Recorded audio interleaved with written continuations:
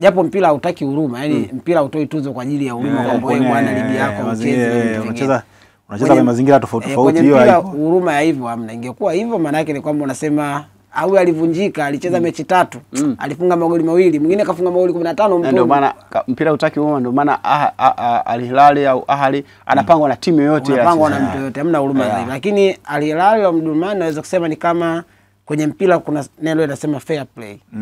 Yani fair play maana yake ni kwamba unajaribu kuangalia pia hawa hizi struggle zao hizi, sio huruma lakini struggle zao hizi zinaonekana kuwa ni za kiwango kikubwa sana. Msimu uliopita kwenye kupambana kwao walienda kushiriki ligi ya Mauritania, ambako kimsingi wao ungesema ligi inachezwa tu katika hali ya mazingira kawaida, wao ndio mabingwa wa ligi ya Mauritania, lakini kwa sababu walisema hata kama mkimaliza kwenye nafasi za juu kabisa mtapewa ubingwa, nyinyi mtakuwa mabingwa wa Sudan, alafu sisi huko ule mtu atamaliza chini yenu tutakuwa mabingwa wa ligi ya Mauritania. Lakini ukitoka hapo kwenye michuano ya ligi ya mabingwa ambao walishiriki, walishia kwenye hatua robo finali. Tena alitolewa na moja kati ya klabu ambayo ndio tumejadili hapo kwamba kwa nini kuingia kwenye list ya tuzo ambazo zinaania hapo kwa maana klabu ya Ahli. Lakini angalia performance ambayo alikuwa nayo, inaweza ikae na kuvutia kwenye hatua ya makundi. Unakumbuka aliongoza kundi lao ambalo lilikuwa ni Young Africans, TP Mazembe, wale ndio walikuwa vinara kwenye ile kundi. Lakini angalia pia performance wise kile ambacho alikuwa anakionyesha. Iko inaonyesha ni timu ambayo imeonekana kupanda kwenye performance. Kwa naweza kusema Al Hilal iko pale, ilitolewa na Ahli, lakini hatusemi tu watoe wao watu wengine Al Ahli, ila tumtoe yule Belouizdad aingie. Unaitetea Ahli sio? Al Hilal sio? Al Hilal alitetea. Mokota. Unajokota. Au unajua kwa kitu kingine kwenye tuzo wakati mwingine. Mapenzi unajua naye anakuepo hata kwenye kuamua kwenye mambo ya tuzo. Yani mimi nampenda tu Mangosole. Yani kwa nini umemkata Mangosole? Kwa nini hayupo? Licha kwamba amefanya vibaya, hana mafanikio, lakini alistahili kuwepo pale. Mimi yule mwanangu. Wewe kwa nini umemtoa ukawachukia wale wote pale bila kuangalia kwa sababu yule mtu ni wa kwako wewe. Sawa. Simba bado imeendelea kuwa miongoni mwa timu ambazo zinatajwa kufanya vizuri kwa msimu wa 2025, ndio maana pia beki wake Shomari Kapombe amehusishwa kuwa miongoni mwa wachezaji ambao watawania tuzo ya mchezaji bora kwa mwaka 2025 kwa upande wa wanaume. Ni kiwango cha Shomari Kapombe kimemfanya kuwa mchezaji muhimu kwenye kikosi cha Simba na timu ya taifa ya Tanzania. Amekuwa ni msingi imara, kiongozi akiwa na kitambaa cha unahodha, lakini mchezaji anayependwa na mashabiki wa soka kufuatia uimara wake awapo uwanjani. Mbali na Shomari Kapombe, wanawania tuzo ya mchezaji bora Afrika kwenye ngazi ya klabu ni pamoja na hao ambao unaweza ukawaona wako hapo, lakini chuma kipo pia hapo. Fiston Kalala Mayele, Yusuf Dayo na mwenyewe namuona Mohamed Ashibi naye yuko hapo kutokea Pyramids. Kwa maana hiyo Pyramids wameingiza wachezaji takriban 4 katika hizi tuzo, katika wale wachezaji wa 8. Pyramids inaweza ikawa ni miongoni, yani sio inaweza, ndio timu bora, imeingiza wachezaji 4 katika hizi tuzo na wazi tuseme kwamba kuna kitu ambacho wachezaji wake walikifanya tofauti na timu zote zile ambazo zilishiriki mashindano hayo kwa upande wa CAF. Timu ya RS Berkane na yenyewe tumeona ipo imeingiza wachezaji mchezaji mmoja na Berkane kuna wachezaji wawili, Yusuf Dayo pamoja na ile top scorer wa michuano ya kombe la shirikisho, yes, ambaye pia alifanya vizuri na kwenye CHAN pia kwenye shirikisho pamoja na michuano ya CHAN. Osama Lamlui ambao wote alifanya vizuri, yuko pale, na inawezekana kwenye tuzo hii washindani wakawa wawili, Osama Lamlui pamoja na Fiston Kalala Mayele. Fiston Mayele, ambapo kwenye nafasi ya kwanza ilibidi waanze kumtaja Fiston Kalala Mayele ambaye kwenye michuano ya ligi ya mabingwa kwenye hii tuzo, of course kwanza kumuona Shomari Kapombe akiwa anawania tuzo hii inabakia kuwa na heshima kwa Shomari Kapombe sana. Lakini pia alikuwa na performance nzuri kwenye msimu uliopita kwenye michuano ya kombe la shirikisho ambayo tunazungumzia Simba alifika kwenye hatua finali. Shomari Kapombe alishow up kwa kiasi kikubwa kwenye upande wa kulia wa Simba kwenye eneo lake la fullback. Lakini pia hata kuna baadhi ya magoli ambayo Shomari Kapombe alikuwa amehusika nayo kwenye kuipatia Simba hichi ambacho amekipata. Mimi wangeniuliza ningesema Mohamed Hussein alikuwa anastahili kuingia hapa. Sasa pengine simu ilipigwa Dar es Salaam wakasema sisi tunataka mchezaji mmoja kutoka kwenu aingie hapa kati huyu na huyu. Mwekeni naye. Lakini mimi ninachoshukuru kwamba kwa msimu wa pili mfululizo, wa pili nadhani yes, wachezaji wanaingia wachezaji wa Tanzania kwenye hiyo orodha. Achilia mbali kushindwa, kuingia tu kwenye orodha wachezaji 9 kati ya kundi la wachezaji zaidi ya 1000 wanaoshindana mashindano ni jambo kubwa sana, watu wamekuheshimu. Mwisho alikuwa ni Djigui Diarra. wa Yanga alikuwa ameingia kwenye hiyo orodha. Kwa hiyo naona kama ni sehemu muhimu sana ambao sasa vijana wachezaji wa Tanzania, wachezaji wanaocheza Tanzania wanaanza kuonekana kwenye ligi kuu ya Tanzania, wanaanza kuonekana na kuthaminika kile wanachokionyesha kwenye mashindano ya CAF. Okay. Kwa hiyo ukionyesha kiwango bora siku zote watu wanakuonyesha, wanakuambia unastahili kuwa hapa. Hii ndio level yako. Kwa hiyo funga viatu vyako vizuri, kaza watu wakuone zaidi, unawezekana siku moja ukaja kuchukua tuzo. Kwa hiyo ni hatua kubwa. Samata naye alianzaga hivi kutajwa, baadaye tukaona amechukua ile tuzo. Kwa hiyo ni swala ambalo ni kubwa kwa wachezaji ambao wamecheza Tanzania, hasa Shomari Kapombe anakuwa Mtanzania naye kuingia anafuata nyayo za Samata. Naona baada ya Samata nadhani yeye anaingia kwenye orodha ni kwa mara ni kwamba pia CAF wanaweza akawa wanaangalia jinsi ambavyo wanaweza wakasisimua pia hizi tuzo zizungumzwe, wanaangalia pia sehemu ambapo wanaweza wakaenda wakachukua engagement kubwa kutoka kwa mashabiki wa timu fulani, kama wakichukua Simba, wakichukua Young Africans, wakichukua Pyramids, wakichukua fulani. Yaani wanaweza tuzo zikaanza kuzungumzwa kwa sababu zile club zipo. Hii inawezekana pia CAF wakawa wanaangalia hichi kitu. Inawezekana, lakini kwa ubora wa wachezaji mara nyingi watu wanaangalia kile ulichokionyesha uwanjani. Japokuwa kwenye kushinda tuzo vitu kama hivyo vinaangaliwa sana. Huyu mtu ana mvuto kiasi gani? Atauza vipi? Yaani kuna mambo mengi ambayo yanaangaliwa wakati mwingine kwenye matuzo ambayo tunaziona hizi ambazo za dunia zinafanyika, watu wanaangalia sana vigezo kama hivi. Kwa hiyo unaweza kana mtu yuko bora kabisa, kila mtu anaamini huyu bora. Lakini watu wanasema huyu bwana huyu, wadau wanasema huyu bwana huyu anatuchelewesha sana. Mchezaji inabidi muandikie maelezo kama ni mchezaji wa mpira wa miguu. Kwa hiyo jina lake gumu sana kulitaja. Hebu kwanza tuchukue huyu ambaye na watu washamzoea. Kwa hiyo vigezo vipo, lakini vigezo vya ndani, lakini vile vikubwa hasa ni kile mtu anachokionyesha uwanjani. Performance ya Shomari Kapombe, Michael Yera amecheza na Simba, ni miongoni mwa wachezaji waandamizi wa klabu ya Simba kwa sasa, tunaweza tukamtaja na nahodha wa Simba kwa sasa.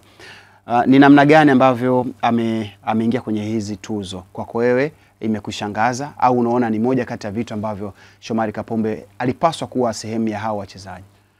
Nafikiri kwa Shomari Kapombe kwa kile ambacho alikionyesha so far unapongeza. Kwanza amekuwa na mwendelezo mzuri wa kupatikana kiwanjani kwenye mechi nyingi ambazo Simba alikuwa anacheza kwenye msimu uliopita, na hasa ukizungumzia kwa mfano kwenye michuano ya kombe la shirikisho barani Afrika, Shomari Kapombe alikuwa na muda mwingi, dakika nyingi sana ambazo amezipata za kucheza kwenye klabu ya Simba zimeweza kumfanya kuwa ni mchezaji ambaye unavotaja kwenye listi ya wachezaji ambao wamefanya vizuri, maana yake unataja yeye kama mchezaji kwanza alifanikiwa vipi kuwa ni sehemu ya nguzo muhimu kwenye kikosi ya Simba Sports Club, akiwa anapata muda mwingi zaidi wa kuonekana kwenye kiwanja. Wakati wote mwalimu akiwa anamhitaji kwenye kikosi, yuko available na anaenda kushow up kile ambacho yuko nacho. Kwa maana ya nafasi yake ya kiulinzi ambayo alikuwa anacheza, angalia Simba aliruhusu magoli mangapi kwenye michuano ya kombe la shirikisho, let's say, ambayo tunasema kama ni kigezo cha kwanza kwenye michuano ya CAF ambayo inaonekana zaidi wao wanaizingatia. Lakini angalia pia kile ambacho Kapombe alikifanya kwenye eneo lake la kiulinzi, alikuwa na mchango kiasi gani kuifanya ile safu ya ulinzi ya Simba Sports Club kuwa solid zaidi. Ukiangalia kwenye nafasi kwa mfano kwenye kile ambacho Simba alikifanya kwenye kombe la shirikisho msimu uliopita, wachezaji ambao Simba unasema walikuwa na consistency nzuri ya performance ni Shomari Kapombe, Mohamed Hussein pamoja na Ahoua, ambaye Ahoua unakumbuka kuna magoli ambayo alikuwa anafunga kwenye michuano ya kombe la shirikisho yanawapa Simba go ahead kwamba hapa tunavuka kwenda kwenye hatua inayofuata, ama magoli ambayo Ahoua alikuwa anafunga yalikuwa yanafanya pia kusogea kwenye hatua inayofuata. Lakini unaweza kusema kwa nini Shomari Kapombe over Ahoua ambaye alikuwa anafunga magoli kwenye mechi kadhaa ambazo Simba alikuwa anahitaji yeye kupatikana hilo goli lake na kumfanya kwenda kwenye hatua inayofuata? Ahoua kuna kitu ambacho kinaweza kaa kinamkosesha hiyo nafasi. Kwa nini? Kwa sababu kuna muda Ahoua alikuwa kama yuko off hata akiwa kiwanjani. Lakini Shomari Kapombe unaona shughuli ambayo anaifanya kwenye upande wake muda mwingi iko hayai. Ndio maana hata wakati wewe unasema ni nani ambaye alikuwa anastahili kati ya Kapombe, ulikuwa unamtaja Mohamed Hussein. Sio Ahoua ambaye alikuwa anaonekana pia kwenye msimu uliopita. Sio Ahoua. Alikuwa anafunga baadhi ya magoli, unaona kabisa kuna magoli yanapatikana kwa Ahoua na anayesaidia timu inavuka kwenda kwenye hatua inayofuata, kwa sababu ile presence yake uwanjani kuna muda ni kama ilikuwa inakuwa off. Alafu kuna muda inakuja kuwaka, anafunga goli, anaondokana, anakuwa kama mchezaji wa matukio hivi. Anakuja anakupa tukio, anaondoka, anakupa tukio, anaondoka. Lakini kama umeme unazimika unazima unawaka. Lakini ile outstanding performance Shomari Kapombe alikuwa anaonesha kwamba kwenye nafasi ambayo anaicheza, kwanza yuko muda mwingi anapatikana, anakupa kitu kizuri, kwenye kuzuia anafanya vizuri, kwenye kuongeza namba kama fullback kisasa unavyotaka anaweza kukupa kitu ambacho ni kizuri. Hivi kwa mfano CAF wangeamua kumchukua Mohamed Hussein, sioni wangeua ndege wawili kwa jiwe moja? Wangekuwa na huku na huku au pande moja ule ungekufa kaka. Ndege mmoja pale angeruka. Anakuambia ukweli. Anakuambia ndege mmoja angepepea.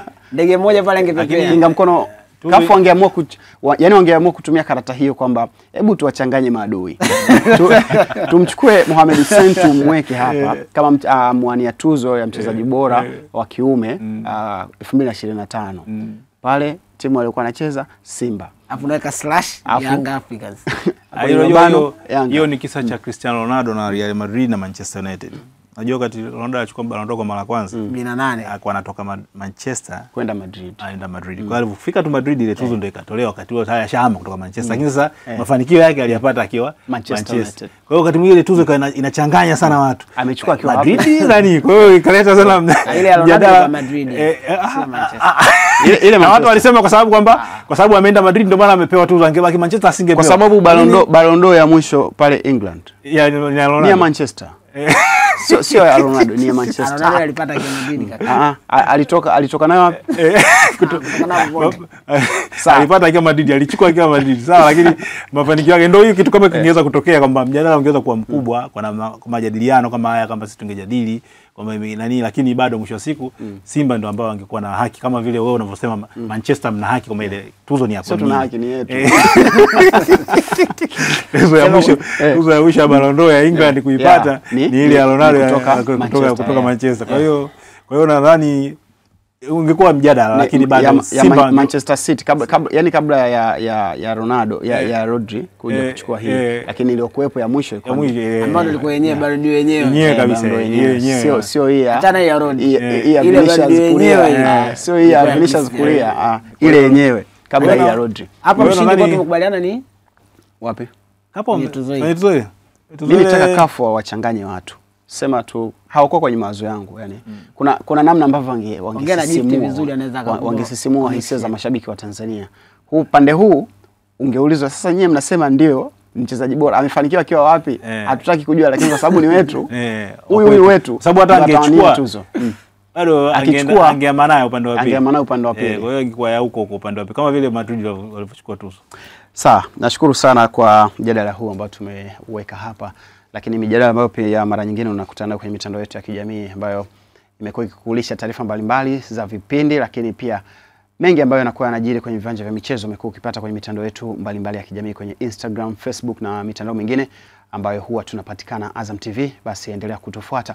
Lakini pia nikukumbusha unaweza kutufuatilia kupitia kisimbuzi cha Azam TV cha antena dish camcard, lakini wewe ambaye unatumia Azam TV Max hapo una nafasi kubwa ya kuweza kufurahia huduma zetu kupitia Azam TV Max hapo ambayo imefanywa maboresho makubwa ikiwa inakupatia kile ambacho ungekipata kwenye runinga yako. Hivyo kama ni mtu wa mishemishe za kutembea hapa na pale lakini una simu yako janja, basi download app ya Azam TV Max app na uweze kufanya usajili, alafu itakupatia nafasi ya wewe kufuatilia kile ambacho unakipenda. Kama ni mtu wa tamthilia, kama ni mtu ambaye unafuatilia pengine vitasa, unafuatilia soka, unafuatilia mbio za magari na mambo mengine yote ambayo unayahitaji, basi hebu kaa hapo uweze kuangalia kitu ambacho kinafanyika kupitia Azam TV. Michael, channel yako pendwa kwenye kisimbuzi cha Azam TV ni ipi? Azam Sports 1. Azam Sports 1. Ila kuanzia mwezi wa 12 nitaongeza kwenye sinema zetu pale, nimeona BSS inaingia pale.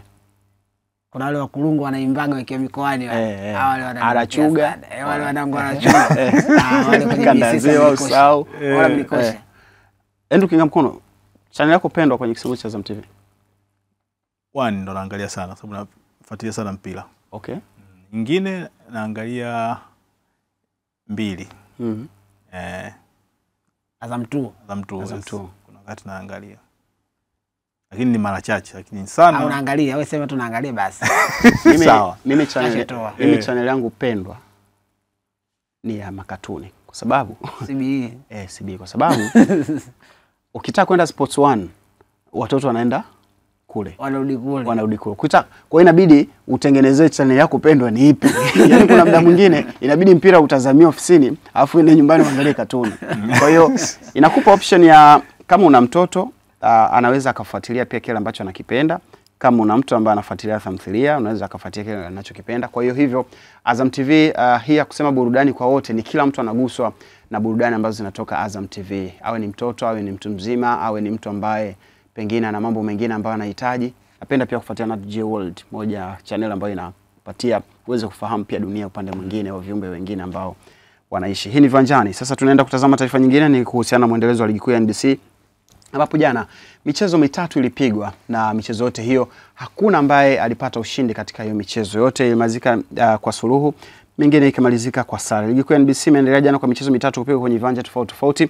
Mchezo wa kwanza TRA United dhidi ya Mashujaa ulimalizika bila kufungana, kila timu ikiondoka na alama moja. TRA imefikisha alama 3 kwenye mechi 3, nafasi ya 15. Mashujaa FC yenyewe ina alama 4 katika michezo mitano ikiwa nafasi ya 8, lakini tutaangalia pia hilo. Lakini mechi ya pili kutanisha Coastal Union dhidi ya Fountain Gate iliyomalizika kwa sare ya 1-1. Goli la Coastal Union likifungwa na Athman Makambo, wakati Fountain Gate likifungwa na Abushe Juma. Lakini mchezo mwingine wa usiku majira ya saa 3 ukianza, Dodoma Jiji iliwakaribisha Mtibwa Sugar, mechi iliyomalizika kwa timu zote mbili kutofungana. Kwa matokeo ya Dodoma Jiji imefikisha alama 5 kwenye mechi 5, nafasi ya 7. Lakini Mtibwa Sugar wenyewe wamefikisha alama 4 katika michezo 4 ambao wamecheza wakiwa na kwenye nafasi ya 6. Kwa hiyo jana hakuna timu hata moja ambayo iliweza kuondoka na alama 3. Sasa mtu aseme kesho pia hakuna timu itaondoka na alama 3 kati ya Mbeya City dhidi ya JKT Tanzania. Uone kwamba mambo yanaendaga tofauti, yanaenda tofauti. Mimi naangalia TRA United. TRA ndio timu pekee mpaka sasa haijaonja ushindi na timu zote za ligi kuu. TRA wana sare. Wamelipa kodi kweli ya kodi hawajalipa kodi ya TFF. Wao wanasema wanadaiwa kodi. Hawajalipa kodi ya TFF mpaka sasa hivi, kwa sababu kama hawajaandikisha ushindi hata mmoja katika ligi mpaka sasa hivi. Ukiona hii TRA mara nyingine pia unaweza ukagundua kwamba mipango ya timu kufanya usajili ama mipango kuelekea kwenye dirisha jipya la usajili inatakiwa ianze mapema. Kwa maana hiyo naamini kama TRA wenyewe wangekuwa na hii timu mkononi kwa muda mrefu kabla ya ligi haijaanza, zile dakika za mwishoni ligi inaenda kuanza, ndio TRA wana dili la kununua hii timu linakamilika. Inawezekana kwamba TRA wameingia kwenye mpango wa timu ambayo hawakuwa wanatarajia kuwa nayo. Hiyo inawezekana kwa sababu kama wangekuwa na malengo mapema, ina maana kwamba hilo swala wangelianza mapema kabla msimu tu, kwa sababu msimu ulikuwa umeisha mapema mwezi wa 5. Kwa hiyo wangeweza kuzungumza, lakini kwanza hata kununua kwao kulikuwa na usiri fulani hivi, wakakataa wakakubali wakakataa, mwisho wa siku wakaonekana kweli bwana wamenunua timu. Kwa hiyo nadhani uamuzi ulikuja sahihi wa kununua timu, jambo kubwa. Tunashukuru kwamba wamekuja waingize hela kwa ajili ya mpira kuchezwa. Lakini sasa tayari ile timu ilikuwa na mambo yake mengine nyuma ambayo yalifanya ile timu kutokuwa kwenye kiwango bora katika msimu huu. Unaona Kwa hiyo wao kuja kuleta uamuzi wa kuinunua, kwa hiyo ndio tunachosema wanasubiria Desemba dirisha dogo labda likifunguliwa, kama kuna maingizo mapya walete kwa sababu wana mechi 3 na sare 3 katika zote michezo yao, hawajashinda. Wametoa suluhu 2 na moja nadhani na moja. Unaona Kwa hiyo ni timu ambayo inajitafuta. Naona na kwa mwendelezo huu, na sasa hizi timu walizokutana nazo nyingi ni za kawaida, bado hajaanza kukutana wale kwenye dunia yao. Kukutana nao ukiwa namna hii wanabidi waangalie sana. Kwa upande wa Mashujaa, hali ya wazao mapigo na mwendo, mechi 5, ushindi katika mchezo mmoja, sare 2, mpaka sasa hivi wakiwa wamekusanya alama 5. Si haba kwenye kuanzia. Unaambia chukua hivyo viatu kuwa navyo. Si haba kwa alama hizo kwa Mashujaa. Na rekodi ya TRA na Mashujaa tangu msimu uliopita wakati wakiwa Tabora, au mara nyingi mechi zao wanashinda wakiwa Tabora. Wanashinda, wanawafunga Mashujaa wakiwa pale. Lakini wakienda kule hali inakuwa tofauti. Kwa hiyo safari hii wamepata sare. Kwa hiyo nadhani safari yao ya Kigoma na yenyewe itaenda kuwa ngumu. Michael, TRA kukutana na Tabora, lakini kutengeneza sare yake ya 3 mfululizo katika michezo mitatu, ni ishara gani ambayo benchi la ufundi la Tabora la TRA United linapata? Ni ishara gani ambayo sasa viongozi wa Tabora United wanaambiwa kuelekea kwenye michezo mingine ambayo inafuata?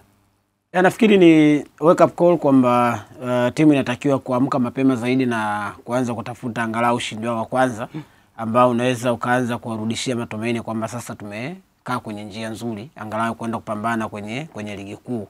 Wamecheza hizi mechi 3, kitu ambacho wanaweza akajipongeza ni kwamba hajapoteza mechi. Kwamba tujefungwa mechi ya ligi kwenye mechi 3 ambazo tumecheza. lakini kwa sababu ni ligi na nazungumzia kwenye issue ya point accumulation, tutapiga mahesabu mwishoni wamevuna alama ngapi. Ndio maana unaona hapo kwenye takwimu michezo mitatu wamevuna alama 3. Wajifungwa wametoa sare kwenye hizo mechi 3. Maana yake ni kama kwenye mlinganisho nasema ni kama kwenye mechi 3 wamefungwa 2, wameshinda 1, sio wamevuna alama 3 kwenye ule mjumuisho wa kukusanya alama. Lakini kwenye kile ambacho kinaonekana kiwanjani, nafikiri TRA kwa mfano kwenye mechi ya jana unaweza kuona ile shauku ambayo timu ilikuwa nayo. Yaani unaona jinsi ambavyo timu ilikuwa ina mpango wa kupata goli wao kwanza kabla Mashujaa hawajafanya hivyo. Ukiangalia kwenye kucheza jinsi ambavyo timu ina process mashambulizi kuelekea kwenye ile ya kushambulia, unaona bado ni timu ambayo inategemea pengine uwepo wa watu ambao wako kwenye eneo la juu wawe na uwezo wa kupokea mipira mingi ambayo itakuwa inatupwa kwao na kuifanya timu kwenda kwenye eneo la kushambulia. Kwa maana uwepo wa Adam pamoja na Leliant Rusaji kwenye eneo la juu la kiwanja unamfanya mwalimu kuwa na mpango kwamba sisi timu yetu tulikuwa nashambulia tukiwa natupa mipira mingi kwao ili tuweze kupata nafasi ya kuwa na uwezo wa kuscore goal. Lakini kwa muktadha wa kile ambacho amekifuata kwenye mechi za ligi kuu, unaweza kuona kwamba pengine kwenye vichwa vya benchi la ufundi wanaweza akawa nafikiria kwamba jinsi gani ambao unaweza tukaanza kutafuta njia nzuri zaidi ya sisi angalau kuwa na uwezo wa kupata magoli kwenye mechi ambazo tunacheza. Kwenye hizi mechi ambazo amecheza mpaka sasa nafikiri mechi 2 zimemalizika bila kufunga wala kufungwa. Mechi moja ndio ambayo ilimalizika kwa sare ya magoli. Lakini unajaribu kuangalia kwamba kwa jinsi ambavyo timu hii inacheza inawezekana angalau kuiona kesho yake ikiwa na goli. Yaani unaona kesho yako ya timu kwa jinsi ambavyo inacheza tunaweza tukapata goli. Hii attempt ambayo inaonekana hapa ikiwa inarudia kupeiwa hapo, unaona ni attempt nyingine ambayo alifanya kwa njia ya mpira kutengwa.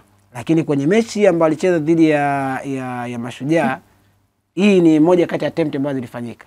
Kuna attempt nyingine ambazo zilifanyika kwenye open play, ulikuwa unaona timu inafika mwishoni kabisa kwenye eneo la kushambulia. Kuna goli dakika 15 za mwanzo alikosa Adam kama unakumbuka. Mapema tu mwanzoni aliupiga mpira ambao ulipita kwenye mwamba upande wa kushoto wa golikipa hivi. Ni attempt ambayo alikuwa unaona mpango wa kutengeneza ile goli ulikuwa unaonekana. Nafikiri vile ndio vitu ambavyo mwalimu anatakiwa kwenda kuvikazia kwamba okay, tunaweza tukawa tunatengeneza mashambulizi kwa njia hii ili tufikie eneo la mwisho. Kwamba tukikosa goli tunasema Adam ili litakiwa kuwa goli.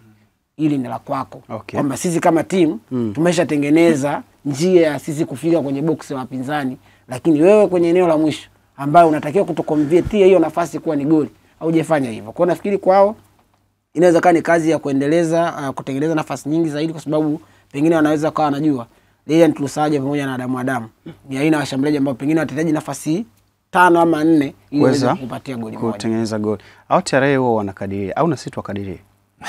Ukiwakadiria unaona nafasi ngapi? Ngoja nione msimamo. Kwa makadirio TRA hapo nafasi ya 15. Na hiyo kwa sababu KMC na KMC yani ni tofauti ya magoli ya kufunga na kufunga. Wakadirie sasa. Nikiwakadiria kwenye alama 27 nafasi ya 16. Yaani akimaliza na alama 27. Kwenye mzunguko wa kwanza. Mzunguko wa kwanza pekee wapate alama 27. Makadirio. Mzunguko wa kwanza makadirio yanatakiwa ya juu kidogo. 27. Yaani mechi 15 alama 27. Umetoboa sana. Umefanikiwa sana. Basi ndo makadirio yangu. Sawa. Umekubaliana nayo? Hapana. Basi kadiria wewe. Wakadirie sana. Kocha ana kazi kubwa. Wakadirie TRA. Makadirio yako makubwa sana. Wakadirie wewe. Usinigombanishe na TRA. United sio TRA na TRA United. TRA United Football Club. Ni sasa uzungumzie timu ya Polisi. Unazungumzia Polisi Football Club, sio Polisi. Au unataja JKT, sema JKT Football Club. Sio JKT. Kwa hiyo wakadiria TRA United watapata alama ngapi? Nafikiri makadirio bado wanaweza kashow hapo. Angalau angecheza mechi 15. Anaogopa biashara yake hajalipia na yeye atakuja kumkadiria. Kumkadiria na wewe. Ukanyosi tukadiria kule point 27. Kingine mimi nimependa admin wao kwenye page yao amejitahidi kucheza na hii mechi yao ile Mashujaa. Anaonyesha mwisho wa siku anagawana, anamgaia jamaa receipt na nini receipt bwana. Sawa, si alimpelekea migebuka. Kwa hiyo chukua receipt yako. Kwa hiyo nadhani ilikuwa kitu kizuri kufurahisha mpira nje ya uwanja na wenyewe wamefanikiwa. TRA United ni miongoni mwa timu ambazo watu wanaamini kwamba zinaweza zikafanya vizuri pindi ambapo zikiimarika. Naamini ya Disemba hali itakapokuwa ya madirisha dogo la usajili itakapofunguliwa, basi tunaamini tutaweza kuona kile ambacho wataenda kukifanya sokoni kwa kuweza kununua wachezaji wengine ambao ama kuweza kufanya mahitaji yao, lakini pia kuweza kulipa risiti katika hayo manunuzi ambayo watafanya dirisha dogo la usajili kwa maana Disemba. Mchezo mwingine uliweza kuikutanisha Coastal Union dhidi ya Fountain Gate ambao ulimalizika kwa sare ya 1-1, akiwa ni Abushe Juma ambaye aliweza kuingia kambani kwa upande wa Fountain Gate akitangulia, lakini baadaye goli la kusawazisha likifungwa kwa mpira ambao ulitokana na mkwaju wa penalty ambao alifunga Athman Makambo. Jinsi ambavyo unaona mpira huu ulipokonywa, moja kati ya wachezaji ambao walivyocheza mechi yake ya kwanza na hii mechi ya pili baada ameendelea kutajwa kwenye majina ama kuendelea kuzungumzwa kwenye mitandao mbalimbali na mashabiki wa mpira wa miguu, lakini pia na wachambuzi mbalimbali pia wameendelea kumuona kama ni nyota inayong'aa inayokuja kwa ajili ya taifa la Tanzania pamoja na klabu ya Fountain Gate. Bado ni mdogo sana bwana mdogo huyu, hivyo siamini kama majukumu yote ya ushambuliaji yatamtazama Abushe Juma. Licha ya kwamba ni mchezaji wa Fountain Gate, anapata nafasi ya kucheza kama wachezaji wenzake ambao wanacheza, siamini kama Fountain Gate wataanza kumtengeneza kuwa ndio mchezaji namba 1 katika kuamua matokeo ya timu. Unajua mpira bwana inapokuwa wakati wako, zamani ndio walikuwa na wachezaji wanalindwa, vijana kama hao walikuwa wanalindwa, wanapewa dakika nyingi kwa ajili ya kutaka waendelee kucheza kwa muda mrefu. Ndio maana leo tunamwona Cristiano, tunaona Messi wanacheza. Ukiangalia katika maisha yao ya mwanzoni walikuwa wanapewa dakika chache sana kucheza pamoja na vipaji vyao, lakini kwa dunia sasa hivi wanaamini watu ulipo tukutumie, ucheze, tuone uwezo wako, tufanye kile unachokiweza, kwa sababu huo ndio umri wa kucheza. Kama ana miaka 17 18 huo ndio umri wa kucheza kwa sasa hivi kwa soka la sasa hivi. Na duniani kote tunaona vijana wanacheza. Kama Fountain Gate wamekiamini kwenye kipaji, wanaamua kumpa nafasi ya kuonyesha kile alichokuwa nacho. Nadhani ni sehemu yake kudhibitisha, kwa sababu mpira una wakati na unaweza ukacheza vizuri kwa kipindi hiki, itakusaidia kukujenga ukiendelea mbele, kwamba unakuwa mchezaji ambaye umeimarika zaidi, umekuwa zaidi, umecheza mechi nyingi na kuboresha kipaji chako, kwa sababu tuna changamoto wachezaji wengi wa Tanzania kucheza kwa muda mfupi. Kwa hiyo naamini kwamba wakitunzwa vizuri vijana kama hawa wakacheza kwa muda mrefu, tukaona kina Shomari Kapombe wengine, tukaona wakina Ngasa wengine, tukaona kina Faisal wengine. Sasa tumeona muda mwingi mpaka sasa watu watakusema mzee, lakini kumbe alianza kucheza mapema.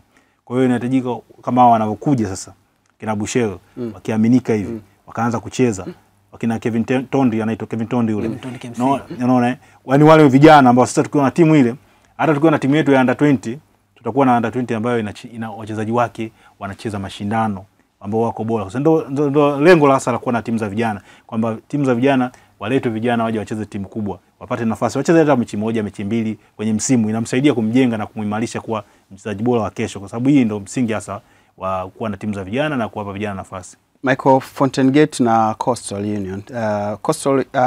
Fountain Gate walianza vibaya kidogo ligi baada ya kuwa na wakati mgumu, lakini baada ya usajili wao wameshakusanya alama 4 mpaka sasa. Alama 3 akizikusanya nyumbani, alama 1 akikusanya pale CCM Kokwani. Unaona kuna mabadiliko ambayo Fountain Gate imeyapata haraka ukilinganisha na hizi timu ambazo zilikuwa zipo vizuri tangu ligi inaanza. Na pia unaiona ni timu ambayo sasa inaweza ikaenda kuwa tishio kwa namna inavyocheza mechi zake za nyumbani na mechi yake ya ugenini iliyocheza baada ya usajili wake kukamilika.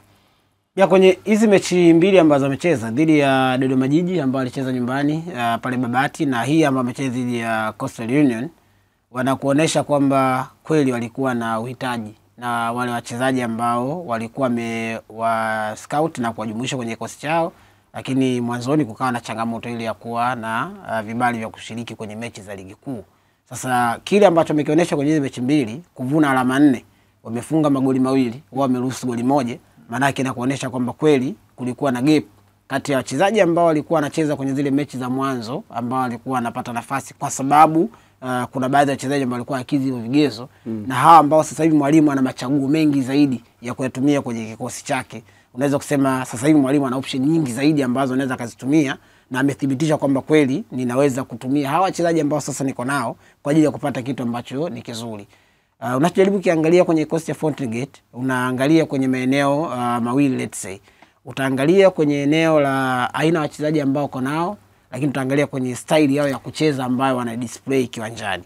Ukiangalia kile ambacho Laizer amekifanya kwenye team, ile mechi ya kwanza dhidi ya Dodoma, unaweza kusema labda ilikuwa ni mechi ambayo baada ya kutoka kwenye kufunguliwa kwenye kifungo cha kutokusajili, labda ilikuwa ni mechi ya hamasa. Kila mtu alikuwa amehamasika kwamba bwana, hii mechi lazima leo tuwaoneshe kwamba sasa tumefunguliwa na timu tunayo.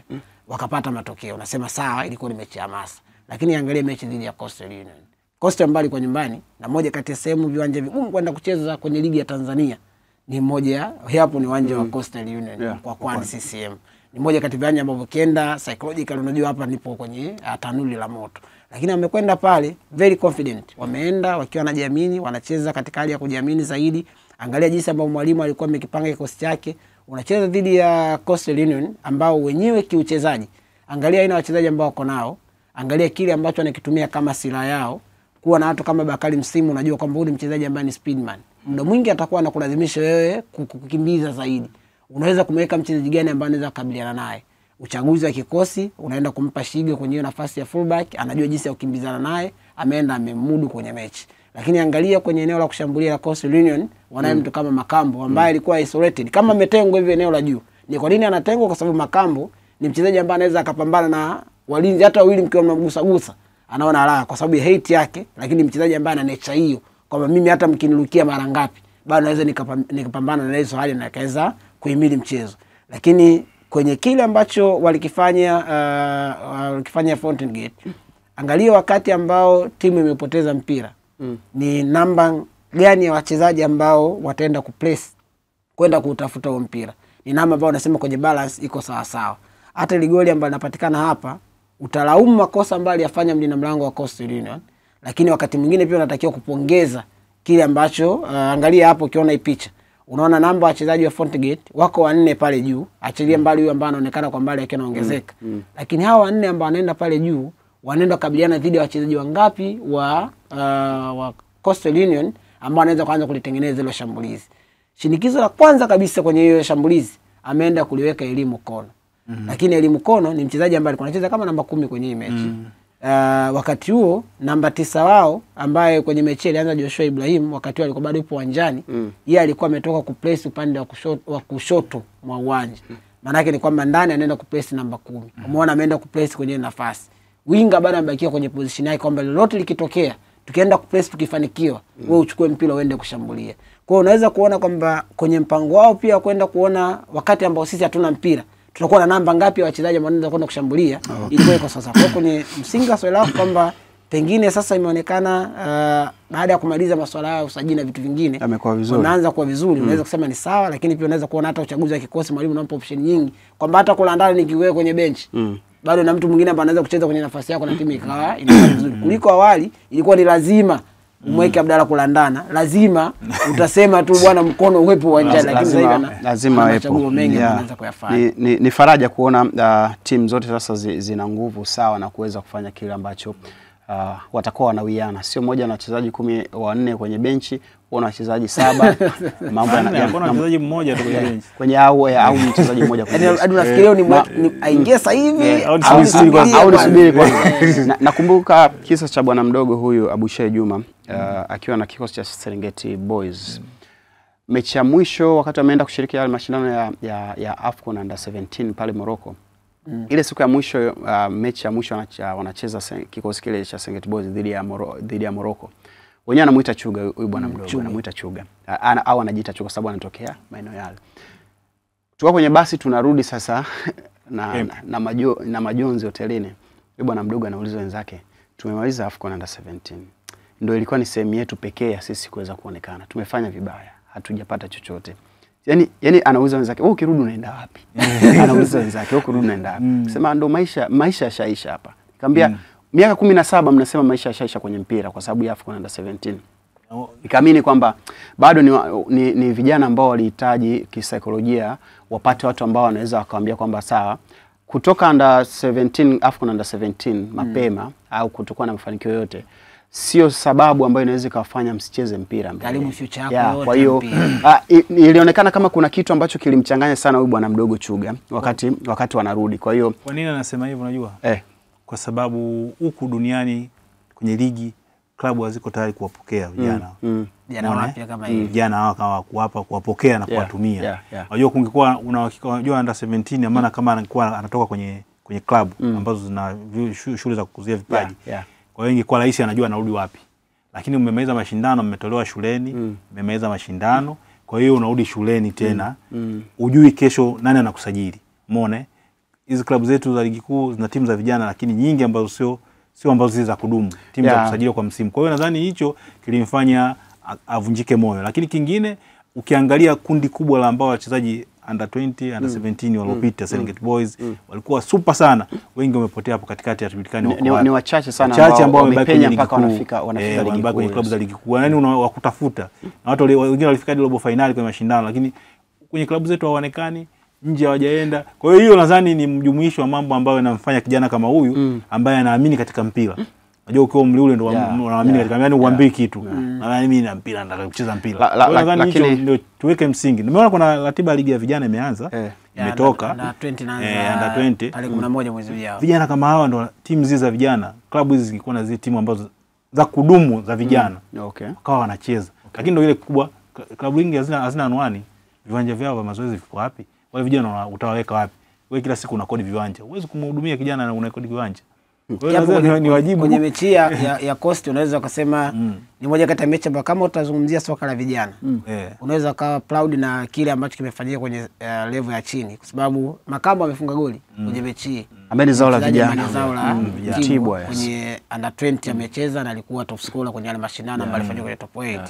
Lakini muangalie Bakari Selemani msimu ambaye ni nahodha sasa hivi wa Coastal Union. Na pengine tunaweza tukasema ndo nahodha mwenye umri mdogo sana. Inawezekana. Ligi kuu ya NBC. Amekabidhiwa majukumu mazito ya kuvaa kitambaa. Sio kitambaa tu, ni cha Coastal Union, Wanamangushi, Tanga. Anavaa kitambaa na inacho. Kwa nini umesisitiza Tanga? Anavaa kitambaa akiwa Tanga. Sio jambo jepesi. Kwa unaweza kuona ni product nyingine hiyo ya wachezaji vijana. Lakini kuna wachezaji wengine ambao Fountain kwa mfano, wana wachezaji wengine vijana ambao wameintroduce kwenye timu yao, wako pale wanapata nafasi. Coastal pia na yule mchezaji Ali Nasil ambaye hii ilikuwa mechi ya pili. Kwa hiyo kwenye mechi unaweza kusema ni wachezaji wanne ambao walikuwa na outstanding performance wametokea kwenye soka la vijana. Nafikiri ukiwa na mwendo kama huo wakati ule wanatambulisha wachezaji wao ukiwa na Fadru waliwatambulisha wachezaji watatu nadhani wanne. Yes, nakumbuka lakini bado hatujaona wakipata nafasi. Labda kwa sababu ligi ndio imeanza. Sijui kama kutumika. Lakini miongoni mwa mazao hayo ambayo pengine yalitoka kwenye Serengeti Boys under 17 ni pamoja na Juma Sagwe ambaye sasa hivi yupo KMC. Unaweza kuona jinsi ambavyo baadhi ya timu zimewaamini kwamba tunaweza tukawapatia majukumu. Hata Maximo amepandisha vijana, naona na yenyewe alipandisha KMC, amepandisha vijana. Na kama KMC imepandisha Adil pamoja na Salim. Hata mshambuliaji wao yule ni alikuwa timu ya vijana. Sagwe alikuwa timu ya vijana ya KMC. Juma Sagwe na Tondi wao wako pale. Ambao ni vijana kutoka chini ambao wamepandishwa msimu huu wameongezeka, ndio Adil pamoja na Salim ambao wameongezeka pale. Sawa, tumalizie mchezo mwingine ambao ulichezwa jana majira ya saa 3 kamili za usiku. Ulianza kwenye uwanja wa Jamhuri Dodoma, ambao mchezo huo uliweza kuwakutanisha Dodoma dhidi ya Mtibwa Sugar, mchezo ambao ulimalizika kwa suluhu, lakini kuwatengeneza Dodoma Jiji kufikisha alama 5 katika michezo mitano ambayo wamecheza, wakiwa na wamefikisha alama 5 kwenye mechi 5, nafasi ya 7, huku Mtibwa Sugar michezo 4 ambayo wamecheza wamefikisha alama 5 wakiwa kwenye nafasi ya 6. Hivyo Mtibwa Sugar unaweza ukaona wapo katika nafasi hizo na takwimu zao hizo ambazo wameweza kuzikusanya katika michezo yote 4 ambayo wamecheza. Ushindi 1, sare 2, wamepoteza mchezo 1, lakini wakiwa wamejikusanyia alama 5. Mtibwa Sugar na Dodoma, kuna utofauti wote ambao Mtibwa Sugar imekuja nao Michael Hera? Baada ya kushuka daraja imepanda, kuna kitu ambacho unaona kwamba kitu cha tofauti, iwe ni negative au positive? Nafikiri kwenye uchanya zaidi ndo naweza nikawaangalia Mtibwa kwenye kile ambacho amekifanya. Kwanza wamekuwa na aina tofauti ya kiuchezaji ambao wamekuwa nayo. Kuna muda unaona sio timu tena ambayo inaweza kusema inacheza kwa kuentertain. Kwamba unajua kuna timu ambazo zinasema sisi tucheze tu, tufurahishe jukwaa, baadaye tukimaliza tuondoke zetu. Lakini ukiangalia kwa Mtibwa wanavyocheza sasa hivi, kuna hali fulani ambayo unaona wana switch kwenda kwenye direct football, ambayo kwenye daraja lao inaweza ikawa inawasaidia zaidi kuwa na matokeo ambayo yatakuwa ni mazuri kuliko ambavyo unaweza ukawa na muda mwingi wa kucheza mpira kwenye eneo lako ambao haitakusaidia kitu chochote kwenye kufanikiwa kwenye kile ambacho utakuwa unakihitaji, kwa sababu kasi ya ligi imeshawaka sana, kila mtu anahitaji matokeo kwenye mechi ambazo anacheza. Lakini introduction pia ya baadhi ya wachezaji ambao ni senior kwenye kikosi ama wale wachezaji ambao wana daraja la tofauti kidogo, inaweza kuwa ni kitu tofauti. Mchanganyiko wa aina ya wachezaji ambao wamefanya Mtibwa kwenye kikosi chao unaweza ukawa nakupa kitu kingine ambacho ni chanya zaidi. Mchanganyiko kwa maana ya kuwa na wachezaji ambao ni vijana kwenye timu yao, lakini kuwa na wachezaji ambao kwenye madaraja yao yanakuwa ni ya tofauti tofauti. Kwa mfano, ukiangalia Mtibwa sasa hivi, wanao wachezaji wale ambao ni seniors kama kina Eric Kialuzi Mopa ambao wapo kwenye kikosi. Angalia wachezaji kama kina Ibrahim Mimoro ambaye of course ni senior, ni professional ambaye anaweza kana anajua mikiki mingi ya ligi kuu. Lakini kwenye mechi pia kwenye eneo la kiungo alianza Collins ambaye ni mchezaji ambaye anacheza kwa mkopo kwenye klabu yake akiwa anatokea Singida Black Stars yule Nigeria, ambaye yupo pia kwenye kikosi chao. Maana yake ni kwamba unasema hao ni wachezaji ambao watakupa kitu cha utofauti. Lakini kuna materials zingine ambazo anaziintroduce taratibu. Kwenye eneo la ushambuliaji msimu uliopita wakati Raizdini akiwa top scorer wao kwenye championship, kulikuwa na mchezaji mwingine ambaye alifanya vizuri kwenye championship akiwa anatokea TMA. Yule Selemani wanamuita Mayele wenyewe, alikuwa na unaona kwenye hizo bato hapa anapenda sana kugongana. Yaani kama aina wachezaji fani, unajua kuna wachezaji ambao ukimgusa ndo anasikia kama umemgusa hapo anatoa mpira. Yeye ndo anasikia, yani kwamba ukimgusa ndo anaona hapa sasa ndo kumbe watu wamefika. Ngoni waachie mpira tuendelee. Kwa hiyo ukiangalia mchanganyiko wa wachezaji kwamba na wachezaji tulikuwa nao championship wafanye vizuri, tuendelee kwa maintain. Tuongeze wachezaji wengine ambao wanaweza akaja kutupa kitu kizuri, afu tu maintain wale wachezaji ambao ni seniors kwenye timu. Imeweza kuwa ni kitu ambacho kimeifanya Mtibwa kuwa na mchanganyiko ambao unakuwa ni chanya zaidi, kwamba hata mnavocheza kuna muda mnahitaji ukomavu, tunao wachezaji wakomavu. Kuna muda tutahitaji wachezaji ambao wanaweza kana speed kwenye mechi. Tunaweza tukawa kwenye benchi tukiangalia tunajua okay, huyu anaweza akatupa speed kwenye mechi. Kwa inawezekana ile kwangu mimi likawa ni jambo ambalo kwa Mtibwa kama nilivyoangalia kwenye mechi kadhaa, inaweza ikawa ni jambo chanya zaidi ambalo inaweza ikawa inawasaidia hata kwenye msimu angalau kuwa na display tofauti na vile ambavyo ilikuwa. Endo kinga mkono Amani Josia pamoja na kikosi cha Dodoma Jiji. Kocha huyu ambaye wanadai kwamba ni kocha wa muda, wakati mambo ya kocha mwingine yakiendelea kurekebishwa ili aweze kuwa vizuri. Unamuonaje na kikosi cha Dodoma Jiji, lakini jinsi pia alivyokuwa na Tanzania Prisons msimu uliopita na alivyoanza na Dodoma Jiji? Amani bado anajitafuta. Unajua timu ambayo ulikuta ilikuwa na mtu, ilikuwa na mambo yake, wale mtu akaondoka. Wao umepewa na mimi nilikuwa najua labda ni kocha wa moja kwa moja amesaini naye mkataba kwa sababu tayari ana sifa. Lakini kama bado wenyewe wanatafuta mtu sahihi zaidi, na yenyewe nakufanya wewe ukae pale ukiwa uko mgundani mgunje, na wewe unaanza kutafuta fursa nyingine sehemu nyingine kwa sababu tayari una hizo sifa za kuwa kocha mkuu sehemu. Sasa unaambiwa kama bado sisi tunatafuta kocha wa kutuwezesha. Kwa hiyo wakati mwingine unakuta timu inajitafuta na wewe kocha unajitafuta kwa sababu wote hamjui hatima yenu ni nini. Kwa sababu tuliamini kwamba huyu kocha anakuja anachukua ile jazi moja kwa moja kwa sababu yule mwingine mtangulizi wake alishajiweka pembeni. Kwa hiyo Amani Josia kwanza anapaswa kuitengeneza timu kurudisha katika ile hali ambayo ilikuwa inaonekana kwenye pre-season kwamba timu hii ni timu nzuri kwa sababu ina wachezaji wengi ambao bora kabisa ambao wanastahili kupata matokeo mazuri. Kwa hiyo unamuona bado ana wajibu wa kuwaunganisha na kuwapa kile ambacho wanadodoma wanakitaka. Sawa, asante sana Andrew Kinga Mkono, lakini Michael Yera kwa jinsi ambavyo tumeweza kudadavua hizi taarifa ambazo tumezileta hapa. Lakini nikukumbusha kwamba kesho kutakuwa na mchezo wa ligi kuu ya NBC wakati ambapo Wagonga Nyundo Mbeya City watakuwa wakishuka dimbani kucheza dhidi ya JKT Tanzania. Mchezo wa ligi kuu ya NBC ukichezwa kwenye uwanja wa KMC Complex Mwingi, Dar es Salaam. Kwa sasa naungana na Dija Halifa ambaye yupo kwenye mkutano wa waandishi wa habari kati ya kocha na wachezaji wakizungumza kuelekea kwenye mchezo huo.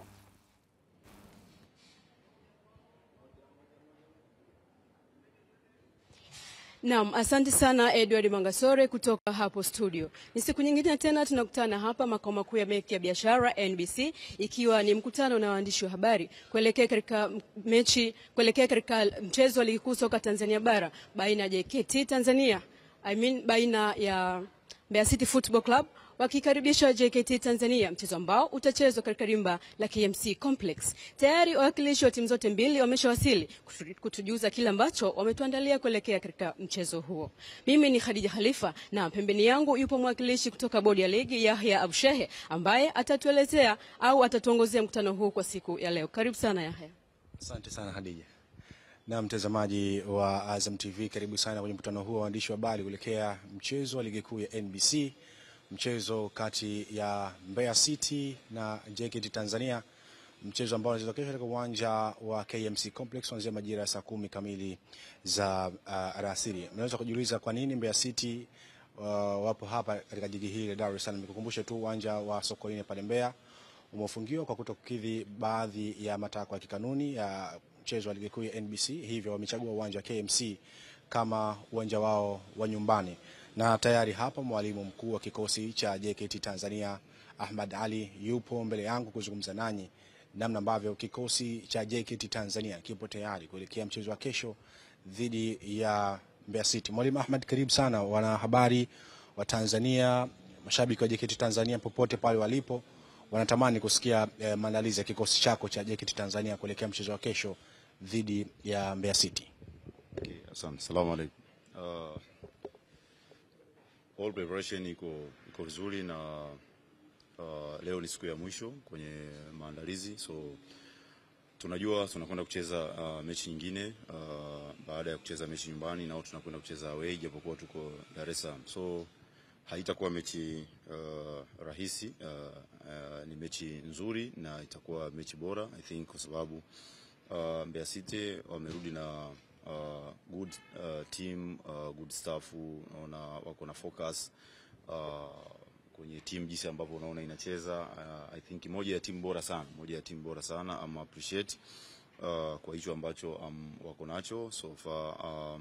Tunajua kabisa haitakuwa mechi rahisi, so baada ya maandalizi ya leo naamini tutakuwa tumejua wachezaji gani ambao tunaweza tukawakosa hiyo siku ya kesho, lakini wachezaji wengine wote wako kwenye hali nzuri. Hakuna mchezaji ambaye alipata shida, tofauti na Richard Malanya, naye alirudia baada ya kupata shida kwenye mechi ya Namungo, lakini nao wamerecover. Tunakwenda vizuri, na wale ambao walikuwa hawapo nao wamerudi kwa sasa, kila mmoja yuko kwenye hali nzuri. I think tuone leo siku ya mwisho jinsi gani ambavyo tutakuwa tayari zaidi. Sawa, maswali kwa mwalimu?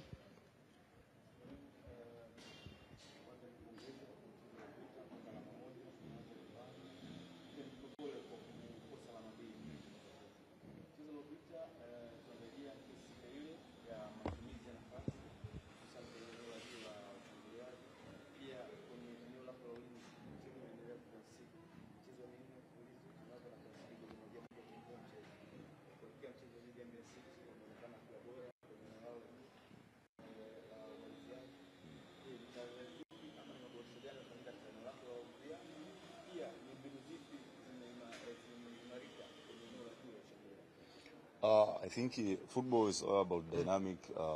Sometimes kuna makosa ambayo yanaweza kutokea collective, na kuna makosa ambayo yanaweza kutokea individual na group. Jinsi gani tunaweza tukacollect. I think tumeona ni homework kwetu kwenye attacking phase na defending, jinsi gani ambavyo tunahitaji kuset up na kuwa well organized kwenye kila minutes na kuwa kwenye high concentration ya kila minutes. Tunajua tunakwenda kucheza na timu ambayo ina staff nzuri, watu wa mbele, kina Eliudi, Mateo, Vitalis, ni wachezaji ambao wako vizuri hasa kwenye matumizi ya nafasi. So far tunaona jinsi gani ambavyo tunaweza work out kuangalia strengths zao na nini ambacho tunaweza tukadhibiti. Kujaribu kuangalia pamoja na hicho ambacho umesema, Mbeya City pia sio kwamba hawana makosa, pia na wao wana makosa. Hakuna timu ambayo iko perfect kwenye 90 minutes. So tumeangalia kwenye weaknesses zao jinsi gani ambavyo tutaweka out. Hatutasema nini ambacho tutakifanya. So hiyo ni baki ni plan na siri ya team nini ambacho tunaweza tukafanya. Sawa, swali la pili kwa mwalimu.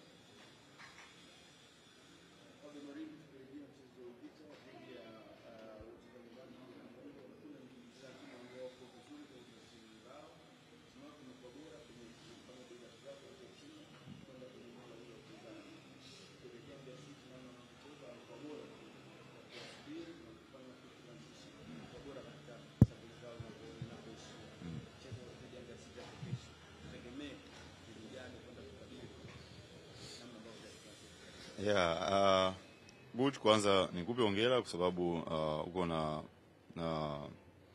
analysis nzuri, unaona jinsi timu ambavyo inakuwa. So hivyo ni vitu vyote ambavyo vipo kwenye board na kujua jinsi gani ambavyo tunaweza tukaviendea kwa maana ya ubora wa opponent alionao na ubora ambao sisi tuko nao.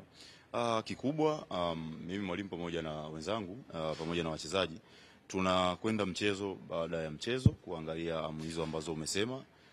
I think tunaweza tulikuwa tuko good kwenye mechi na Namungo kwenye hizo transition kulingana na structure ya Namungo. How can defending wana defend vipi sio, lakini ukaja kwenye Mbeya City ikawa tofauti, ukawa upati hiyo nafasi ya kuzipata hizo transition.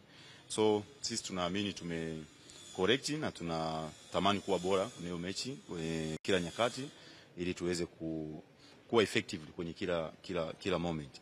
Lakini kwa ligi ilivyo huwezi kuwa na 100% kusema kwa sababu niko nyumbani unaweza ukawa bora muda wote ama unaweza ukawa hauko bora. Ligi ya sasa popote pale unaweza kupata matokeo. Let's say Mbeya City alishinda na KMC, akiwa nyumbani pia amepoteza na Prison. Sisi tumepoteza almost 2 games nyumbani kwa maana ya kupata 1 point. Kwa hiyo unaona jinsi gani ambavyo kuna ubora wa hizo timu. Kwa hicho ulichokisema tume homework na kuona sasa ni namna gani tunahitaji kuwa bora kwenye hiyo game.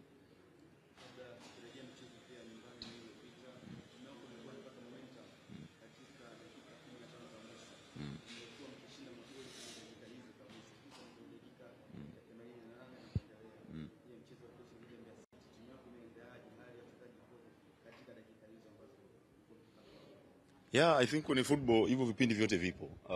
Sometimes unaweza ukaianza mechi ukaimaliza mapema na sometimes unaweza ukatumia zile minutes zingine. So kwenye football ya duniani popote pale hivyo vitu vinaweza vikatokea. Ni kweli inaweza kuwa hiyo momentum ambayo umeisema ni wakati gani ambayo inatokea. Let's say sisi tulikuwa down, tuone jinsi gani ambavyo sasa opponent naye yuko down. Kama yuko down jinsi gani ambavyo tunaweza tukampush ili kuweza kupata hizo chances na kuweza kupata nafasi ya kushinda game. Lakini kwenye vipindi kama mwalimu na staff tunaandaa kucheza kwenye vipindi vyote. Mimi naamini kwenye vipindi vibaya sana kwenye games ni mwanzo na mwisho. Kama concentration yako inakuwa haiko vizuri, I think unaweza kupoteza mechi ama unaweza kushinda mechi.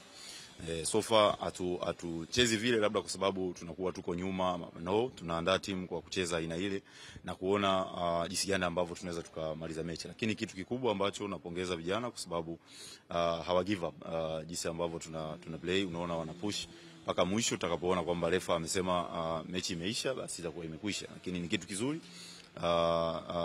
kwetu, lakini tunahitaji kuwa na muendelezo mzuri zaidi ya huu ambao tuko nao. Tuna collect na kuona jinsi gani tunaendea mechi, time management, time ya game, jinsi gani ambavyo tunaweza tukaiendea hiyo mechi. So I believe kwamba tutakuwa na wakati mzuri kwenye mechi zingine.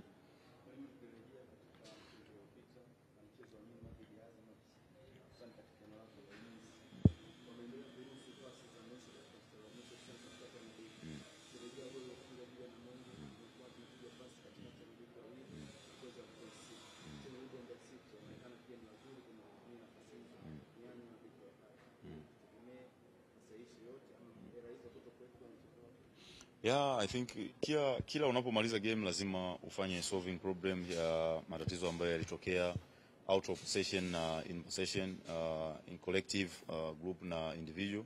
Tumejaribu kuona kweli kwenye mechi mbili kama hizo ulivyosema jinsi gani ambavyo tunapaswa kuwa compact, jinsi gani ambavyo tunatakiwa tumnyime mpinzani hizo nafasi za kuona kwamba anaweza kalifikia goli letu. I think ni homework kwangu mwalimu na staffu na wachezaji kuona jinsi gani ambavyo tunapaswa kuwa bora kwenye kila nyakati na kuona strengthening ya mpinzani ni anaweza akaitumia, lakini sisi tukifanya makosa haya kwa kujirudia basi tunaweza tukapoteza mechi. So ni kitu ambacho kiko kwetu, tunahitaji kuwa bora zaidi kwa individual, collective na group. Mwalimu, nafahamu ya kwamba alama 3 zina umuhimu ni kila mchezo wa ligi kuu ya NBC. Lakini alama 3 za kesho zinakupandisha moja kwa moja kwenye kilele cha ligi kuu ya NBC. Inawezekana hii ikawa ni push factor kwa nini kuweza kupush zaidi kuelekea mchezo wa kesho? Yeah, ni kweli, so good motivation, lakini kwenye football iko ina two moment. Ukienda ukaona kwamba mnaweza tu kuchukua matokeo na nikasogea kule, inaweza game ikakugharimu. Tutakuwa na tahadhari na tunaamini hicho ambacho umesema ni kweli. Tunatamani, matamanio ya kila mmoja kwenye staff, management, player, fans, wanatamani tuwe na hiyo momentum nzuri ya kuweza kusogea kuwa juu zaidi na kwenye nafasi nzuri. So ni nini ambacho naweza nikasema ni kweli tunauendea mchezo hivyo na tunatamani kuwa hivyo, lakini tunapaswa kuwa na tahadhari sana kwenye kila nyakati na kuona jinsi gani ambavyo tunaweza tukapata hayo matokeo. Lakini it's not easy. We need hard work, determination, kuwa na desire ili tuweze kuwa na wakati mzuri kwenye mechi. Sawa, nikushukuru sana mwalimu. Okay. Na alikuwa ni mwalimu mkuu wa kikosi cha JKT Tanzania Ahmad Ali akizungumza nasi namna ambavyo wao kama benchi la ufundi wapo tayari kuelekea mchezo wa kesho. Na sasa ni wakati wa kujiunga naye mchezaji Gamba Matiko na yeye kuzungumza kwa niaba ya wachezaji wenzake wamejiandaje kuelekea mchezo wa kesho dhidi ya Mbeya City. Asalamu alaykum. Kwa niaba ya wachezaji wenzangu, sisi tumejiandaa vizuri kabisa. Tumejiandaa na mchezo wa kesho kutokana na mchezo ambao umeisha tulipata alama moja. Kutokana na mchezo ambao umeisha tulipata alama moja na makosa tuliyofanya, sisi kama wachezaji tumekaa na kujiuliza. Kwa mchezo wa kesho naamini tutafanya vizuri ili kupata alama 3. Sawa, maswali kwa mchezaji?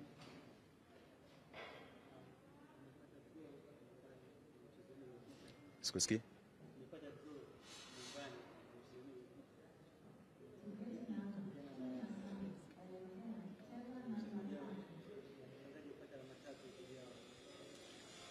Sisi kama wachezaji tumejipanga na tumejiuliza kwa sababu mchezo ulioisha ulikuwa nyumbani. Tumejipanga vizuri, tumejiuliza na kesho tumejiandaa kwenda kuchukua alama 3. Sawa, sisi kama wachezaji. Kwa mchezaji?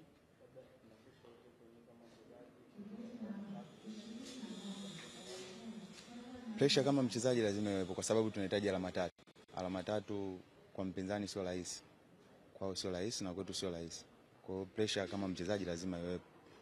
Kwa tunahitaji alama 3 kusogea nafasi nzuri na kujiweka salama.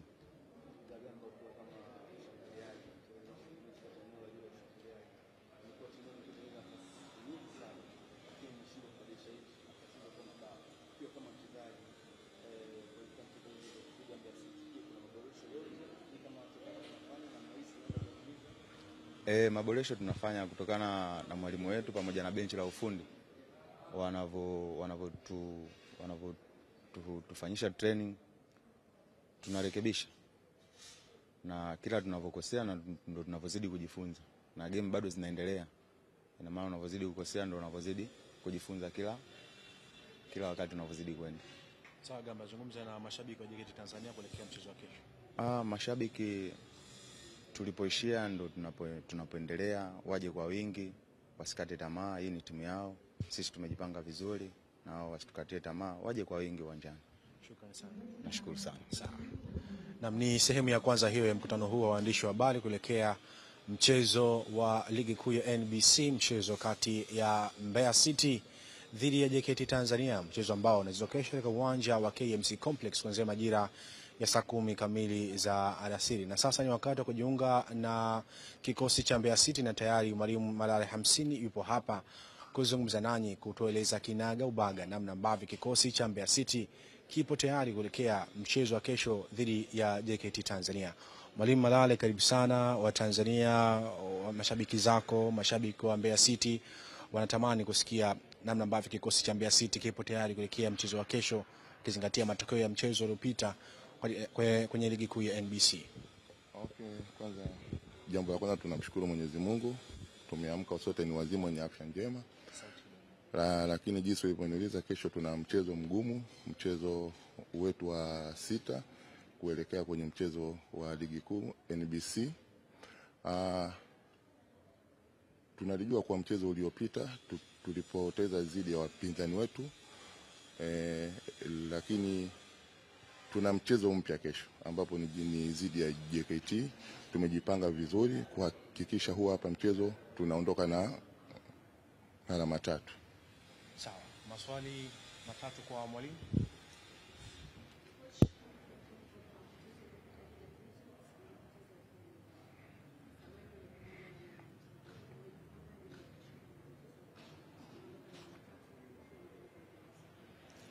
Okay, shukrani. Yaani unajua ni mchezo wa boli, ni mchezo ni wa makosa, na ile pale game sisi hatuihesabu tena, ndio imeshapita. Kwa sisi ni akili zetu kwa muda huu tumeziweka kwenye game yetu ni ya kesho dhidi ya JKT.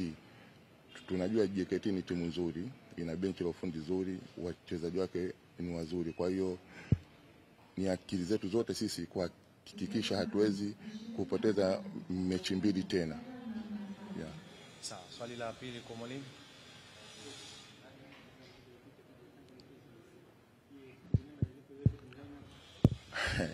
Hiyo bado ni siri ya timu, bado ipo. Yeah. Hatuitoi hiyo kwanza. Sawa, swali la tatu kwa mwalimu.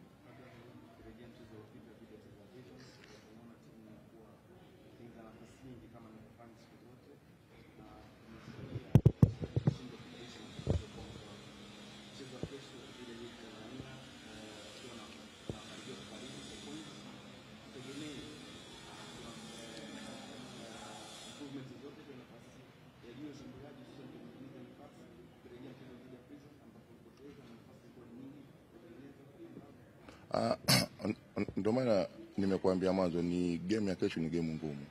Umeelewa nafikiri. Lakini kwa jinsi ulivyoniuliza hiyo, kwa game iliyopita kweli tumesitengeza ni chance nyingi hatukuzitumia. Unaona, lakini game ijayo ni game ya kesho. Nitarudia tena ni maneno yangu ya ile siku ile. Tumeshalifanyia kazi jana na leo na uhakika wangu mkuu game ya kesho zile chance haturudi tena ile. Yeah. Sawa, mwalimu, zungumza na mashabiki wa Mbeya City wale hapa Dar es Salaam na wale ambao wapo nyumbani Mbeya, na mashabiki wa Mbeya City popote pale walipo katika nchi hii ya Tanzania. Waeleze namna ambavyo nyinyi kama Mbeya City mnawahitaji kuelekea mchezo wa kesho dhidi ya JKT Tanzania. Jambo la kwanza tunawaomba radhi kwa mechi iliyopita, ilikuwa ni mechi ya dabi, walitutoka mbali Mbeya na tulilost goli 2, lakini leo tunawalika tena, hii timu ni yao, ni wananchi wa Mbeya waliokuepo Mbeya, waliokuepo Dar, sehemu yoyote, ni waje ni waishuhudie tena leo. Yani kwenye mechi ya kesho tumejipanga angalau kuwapoza ambapo ni machungu waliyopata kwenye gemu ni ya dabi. Asante sana. Okay, shukrani. Ni mwalimu mkuu huyo kikosi cha Mbeya City Malale 50 akizungumza namna ambavyo kikosi cha Mbeya City kipo tayari kuelekea mchezo wa kesho, akizungumza hapa kwamba wao mchezo uliopita umekwisha pita. Wameomba radhi mashabiki wao Mbeya City, lakini wakiwaomba kesho kuhudhuria katika mchezo huo ligi kuu ya NBC dhidi ya JKT Tanzania. Na sasa ni wakati wa wawakilishi ama mwakilishi wa wachezaji Sudi Donora yupo hapa naye kuzungumza kwa niaba ya wachezaji wenzake namna ambavyo wao wamejiandaa kuelekea mchezo wa kesho dhidi ya JKT Tanzania. Sudi, karibu. Asante sana. Kwanza tumshukuru Mwenyezi Mungu kwa na afya njema, na kama alivyoeleza mwalimu wangu sitokuwa na mbali. Tumeweza kujiandaa vizuri kuelekea mchezo wa kesho, kwa maana mchezo uliopita tayari umeshapita. So tunafocus na mchezo wa kesho kutumaini tunaweza kuondoka na alama 3. Sawa, maswali matatu kwa mchezaji.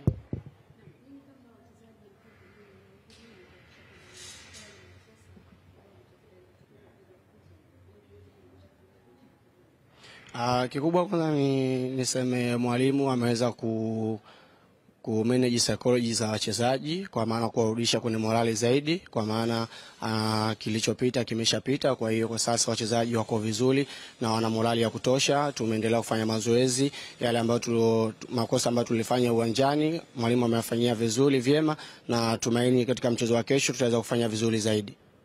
Sawa, swali la pili.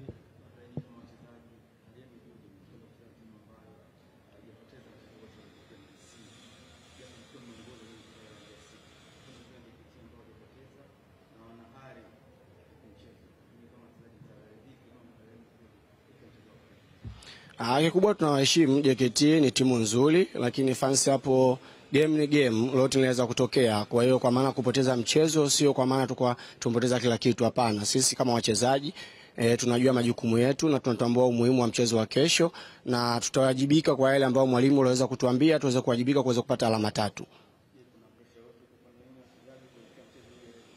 Hakuna hata mchezaji mmoja ambaye ana pressure, kwa sababu kila mtu amejiandaa vizuri. Sudi, kwa siku kadhaa sasa kilele cha msimamo wa ligi kuu ya NBC kinamilikiwa na Mbeya City. kupoteza mchezo wa kesho dhidi ya JKT Tanzania kunapoteza uhalali wenu wa nyinyi kuendelea kusalia kileleni kwenye msimamo wa ligi kuu ya NBC. Je, kwa kiasi gani nyinyi kama wachezaji hampo tayari kuona nafasi yenu inapotea dhidi ya JKT Tanzania?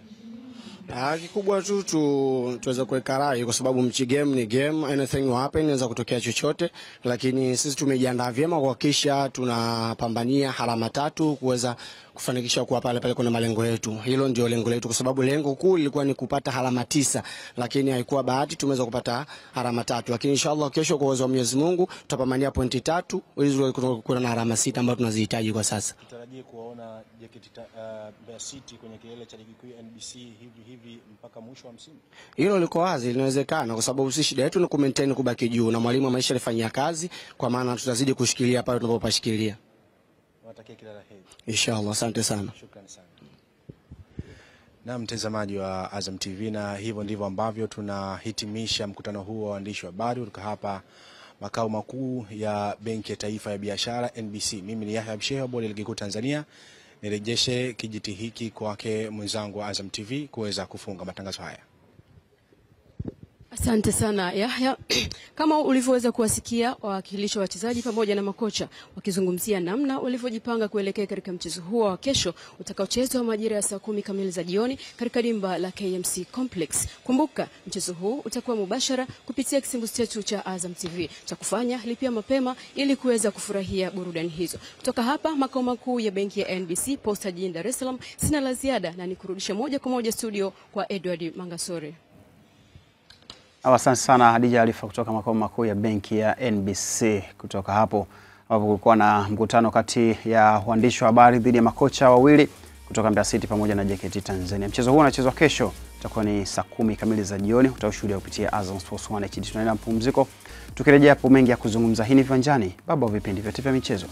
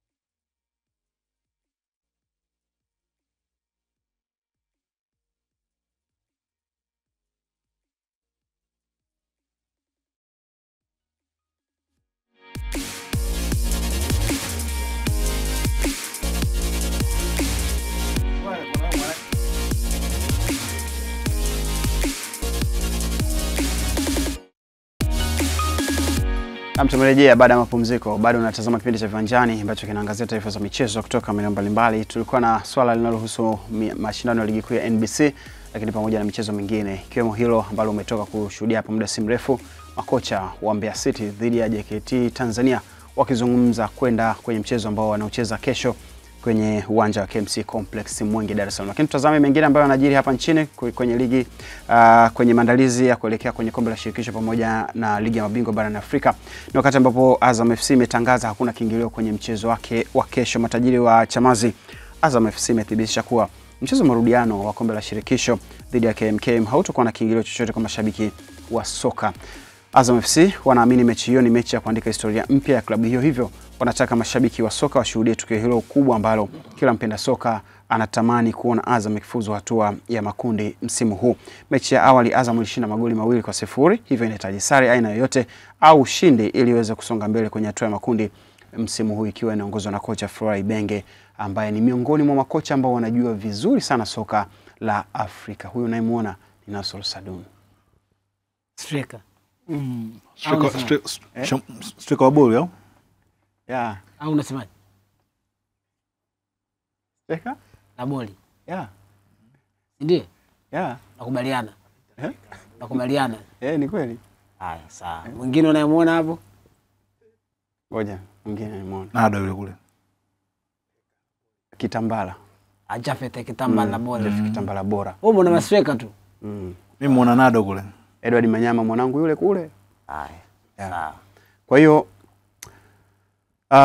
Azam wana jambo lao ambalo wanataka walifanye kesho, na nimesikia ni miongoni mwa siku ambayo kwa mashabiki ambao watahudhuria pale uwanjani basi wanaweza kukutana na burudani ndani ya uwanja, lakini pia hata nje ya uwanja, kwa jinsi ambavyo Azam walitamani historia hii iandikwe, na ni kama wapo kwenye 70% kama sio 80% kuingia kwenye hatua ya makundi wakiwa na kocha ambaye anajua vyema zaidi soka la Afrika, anajua vyema namna gani ya kucheza na timu kutoka maeneo mbalimbali hapa barani Afrika. Michael, tunazungumza Azam ambayo imeshaona mguu mmoja upo kwenye hatua ya makundi kombe la shirikisho, lakini mguu mwingine bado haujaingia. Inawezekana ule wakati ambao Azam FC na mashabiki wake walikuwa wanausubiri ndio huu? Pasi na shaka yoyote kwenye msimu huu ni msimu ambao Azam FC kama hatofuzu kwenda kwenye hatua ya makundi. Kama hatofuzu kwenda kwenye hatua ya makundi, itakuwa ni msimu ambao maumivu yatakuwa ni makubwa zaidi, hali ya kujilaumu itakuwa ni kubwa zaidi, lakini itakuwa ni moja kati ya msimu ambao Azam FC watakuwa wameanza vibaya msimu. Kwa nini? Kwa sababu ya kile ambacho kinaonekana kwenye timu kwenye msimu huu. Kwanza iangalia safari yao ambao wamekuwa nayo hapo ya kuitafuta hatua ya makundi. Wamekuwa na mwendo mzuri kuanzia kwenye ile mechi ya kwanza wanacheza, wanapata ushindi nyumbani na ugenini. Mechi ambayo wanacheza dhidi ya KMKM wamepata pia ushindi wa ugenini wa magoli 2-0. Kwenye hizi mechi zote ambazo wamecheza hapa, Azam FC hajaruhusu goli mpaka sasa hivi. Yaani kwenye mechi 3 mfululizo za kombe la shirikisho hajaruhusu goli. Alafu kuna step moja ya kwenda kwenye hatua inayofuata. Ukija kuruhusu labda magoli 3 kwenye mechi yako kama umetolewa kwenye mashindano, unaona maumivu ambayo yatakuwa ndani yao yatakuwa ni makubwa kiasi gani. Kwamba tuliwezaje kumaintain kwenye hizo mechi zote 3 tujifungwa goli. Tumekuja kufungwa kwenye mechi ambayo ndio inaamua kwenda kwenye hatua inayofuata. Lakini unajaribu kuangalia pia kwenye faida nyingine ya kijiografia ambayo wako nayo. Pengine kwenye msimu huu anacheza na timu ambayo iko familia na Azam FC. KMKM ambao KMKM na Azam FC wamekutana kwenye mashindano kadhaa. Wanakutana kwenye michuano ya Kombe la Mapinduzi, wanakutana kwenye mechi kadhaa za kirafiki ambazo mara nyingi timu za Zanzibar unajua zinakuja kucheza sana mechi huu. Sasa muda huu wanaenda kucheza dhidi ya hiyo timu. Maana yake ni kwamba wako familia na hiyo timu. Lakini utaachilia mbali hiyo, angalia quality ya wachezaji ambao wako nao plus kile ambacho tumekizungumza hapo awali kuhusiana na uwepo wa Flora Ibenge kwenye eneo la benchi la ufundi. Kwa nafikiri ni msimu ambao Azam FC anatakiwa kuvuka hapa bila kuwa na sababu nyingine yoyote ambayo itawafelisha. Sawa, ni msimu ambao Michael Hera anaona Azam FC wanatakiwa kuvuka hapo bila kufelishwa, kwa sababu ni msimu ambao wanaona kila kitu kinawezekana kutoka kwa kocha, lakini pia na wachezaji ambao Azam wanao. Tutazame taarifa nyingine inayohusu kombe la shirikisho ambapo Singida Black Stars yawaita mashabiki uwanja wa Chamazi, na wenyewe wamesema kwamba hakuna kiingilio. Bingwa wa Sekafa Kagame Cup Singida Black Stars inatarajia kushuka dimbani Oktoba 25 kwenye mechi ya marudiano ya kombe la shirikisho dhidi ya Flambeau Center ya nchini Burundi. Kuelekea kwenye mechi hiyo, Singida Black Stars imethibitisha kuwa eneo la mzunguko kwa mashabiki hakutokuwa na kiingilio chochote cha kulipia, lakini eneo la VIP litalipwa shilingi 1500 tu. Singida Black Stars inawaita mashabiki wa soka katika eneo hilo ili waweze kushuhudia ukurasa mpya ambao watafungua na kuandika historia mpya ya kufuzu hatua ya makundi. Kumbuka mechi ya kwanza Singida Black Stars iliambulia sare ya bao 1-1 ugenini, na kilichobaki ni mechi ya marudiano ambayo itaamua timu ambayo inaenda katika hatua ya makundi. Sasa umekuwa ukisikia viingilio vya VIP. Kweli hata 5000 kushinda kukaa VIP. Mzunguko bure sawa. 5000 VIP. Kwa kwanza tumsikilize Hussein Masanza ambaye ni msemaji wa Singida Black Stars, alafu tukirejea hapa tutazungumza hili la shilingi 5000. Mambo ni mawili tu. Kwanza tunapenda kutoa taarifa, na hii ni taarifa iwafikie mashabiki wote na Watanzania. Tarehe 25 Jumamosi, kauli mbiu ya mchezo wetu huu muhimu ni kitaeleweka tu. Kauli mbiu hii ina dhamira ya kuhakikisha kwamba kila mchezaji anaenda kupambana kufa na kupona kuipeleka timu yetu hatua ya makundi. Mchezo ni Jumamosi tarehe 25, tutacheza pale uwanja wa Azam Complex Chamazi. Tumeweka viingilio shilingi 1500 pekee kwenye majukwaa ya VIP. Na yale majukwaa ya mzunguko pale Azam Complex yote yale hakuna kiingilio. Ni wewe kufika siku ya Jumamosi saa 1 jioni kuja kuisupport timu bure. Naam, huyo ni Hussein Masanza, msemaji na afisa habari wa klabu ya Singida Black Stars, akiwaalika mashabiki ambao wataenda kuona kauli mbiu ambayo inasema kitaeleweka. Singida Black Stars wanataka kieleweke dhidi ya Flambeau, mchezo ambao utaisogeza Singida Black Stars kwenye hatua ya makundi kombe la shirikisho kama wataweza kuvuna ushindi ama sare yote ile ambayo haitakuwa na idadi kubwa sana ya magoli. Moja tutaenda kucheza mikwaju ya penalty, ndio basi ushindi ndio unahitajika ili Singida Black Stars suluhu wanaenda. Sasa tuzungumze ile 5000. Mashabiki wameitwa kwenye uwanja wa Azam Complex. Azam imewaita bure. Bila shaka VIP watakuwa na watu wao, lakini Singida Black Stars wenyewe wamesema mzunguko utakaa bure, lakini VIP lipia shilingi 5000. Hivi shaka VIP kwa shilingi 5000. VIP ya wapi? Yoyote. VIP hiyo. VIP ni VIP. Ukishasikia VIP ni hiyo VIP. Kwa eneo hilo ni VIP ya hapo. Hujai. Sasa kwa nini usilipie 5000 kaka VIP? Alafu unaenda kuona utamu wa chama pale. Au mtakuwa wengi. Utamu wa maarufu chekee. Au mtakuwa wengi. Utamu wa ya ucho. VIP watu watakuwa wengi. Yaani tukinga mkono. Singida hii ambayo na yenyewe tunaweza tukasema kwamba ina wachezaji wengi ambao baadhi wameshawahi kucheza haya mashindano wakiwa na timu nyingine, wanaelewa nini ambacho wanakihitaji kwenye haya mashindano. Ni rahisi kiasi gani kwa kocha Miguel Gamondi kwenda kuelekeza kwamba tunahitaji kufuzu hatua ya makundi akiwa na wachezaji ambao wameshawahi kupita hatua hiyo, akiwa yeye mwenyewe ameshawahi kufanya makubwa akiwa na Young Africans kwenye michuano ya kimataifa? Kwa Gamondi anajua kile anachokifanya, na ukiwaangalia Singida katika mechi zao zote walizocheza kuanzia ile ya hatua ya awali mpaka hii walioenda kucheza Burundi, kwake nadhani kubwa ni kusisitiza kwamba makosa madogo yaepukike. Kilichowafanya leo wanaenda kupata tabu zaidi ni makosa waliyofanya na goalkeeper kwenye mechi iliyopita. Kwa hiyo ingekuwa wameshinda, nadhani mechi ingekuwa kidogo pressure yake iko chini kulinganisha na sasa. Kwa hiyo nadhani hicho ndio kikubwa, kwamba kila mmoja atawasisitiza kila mmoja akatimize wajibu wake kwa kuonyesha kwa 100% kwamba bwana tunataka tufuzu, kwa sababu hiyo nafasi ipo. Pamoja kwamba wapinzani wao ni timu nzuri, ukiangalia jinsi walivyocheza kwenye mechi iliyopita ni washindani kweli, na mechi ya Dar es Salaam haitakuwa nyepesi pale uwanjani, na uwanja wa Azam kidogo ule wataonyeshana kazi pale, itakuwa pagumu, mpira utakuwa na ushindani. Japokuwa naamini kwa Singida kwamba wana nafasi kubwa ya kufanya vizuri, kwa sababu wao watakuwa wenyeji na wanajua nini cha kufanya kwenye mechi kama hii. Kwa hiyo Gamondi tu ni msisitizo wa wachezaji kila mmoja akatimize wajibu wake kwa 100%.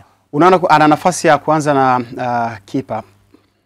Ana nafasi ya kumwanzisha, kwa sababu unaweza, kwa sababu iliyotokea imetokea, na mtu wakati mwingine yule mtu ni professional, ametoka Nigeria amekuja hapa kucheza soka. Wakati mwingine makosa madogo kama haya ni sehemu ya mchezo. Kama tunavyosema mchezaji yote uwanjani anakosea, na ili goli litokee lazima kuwe na makosa ya mfumo au mchezaji mmoja. Kwa mechi yenye umuhimu mkubwa namna hii, pengine anaweza akaamini kipa kisaikolojia anaweza asiwe vizuri kwa kile ambacho alikifanya pale Burundi.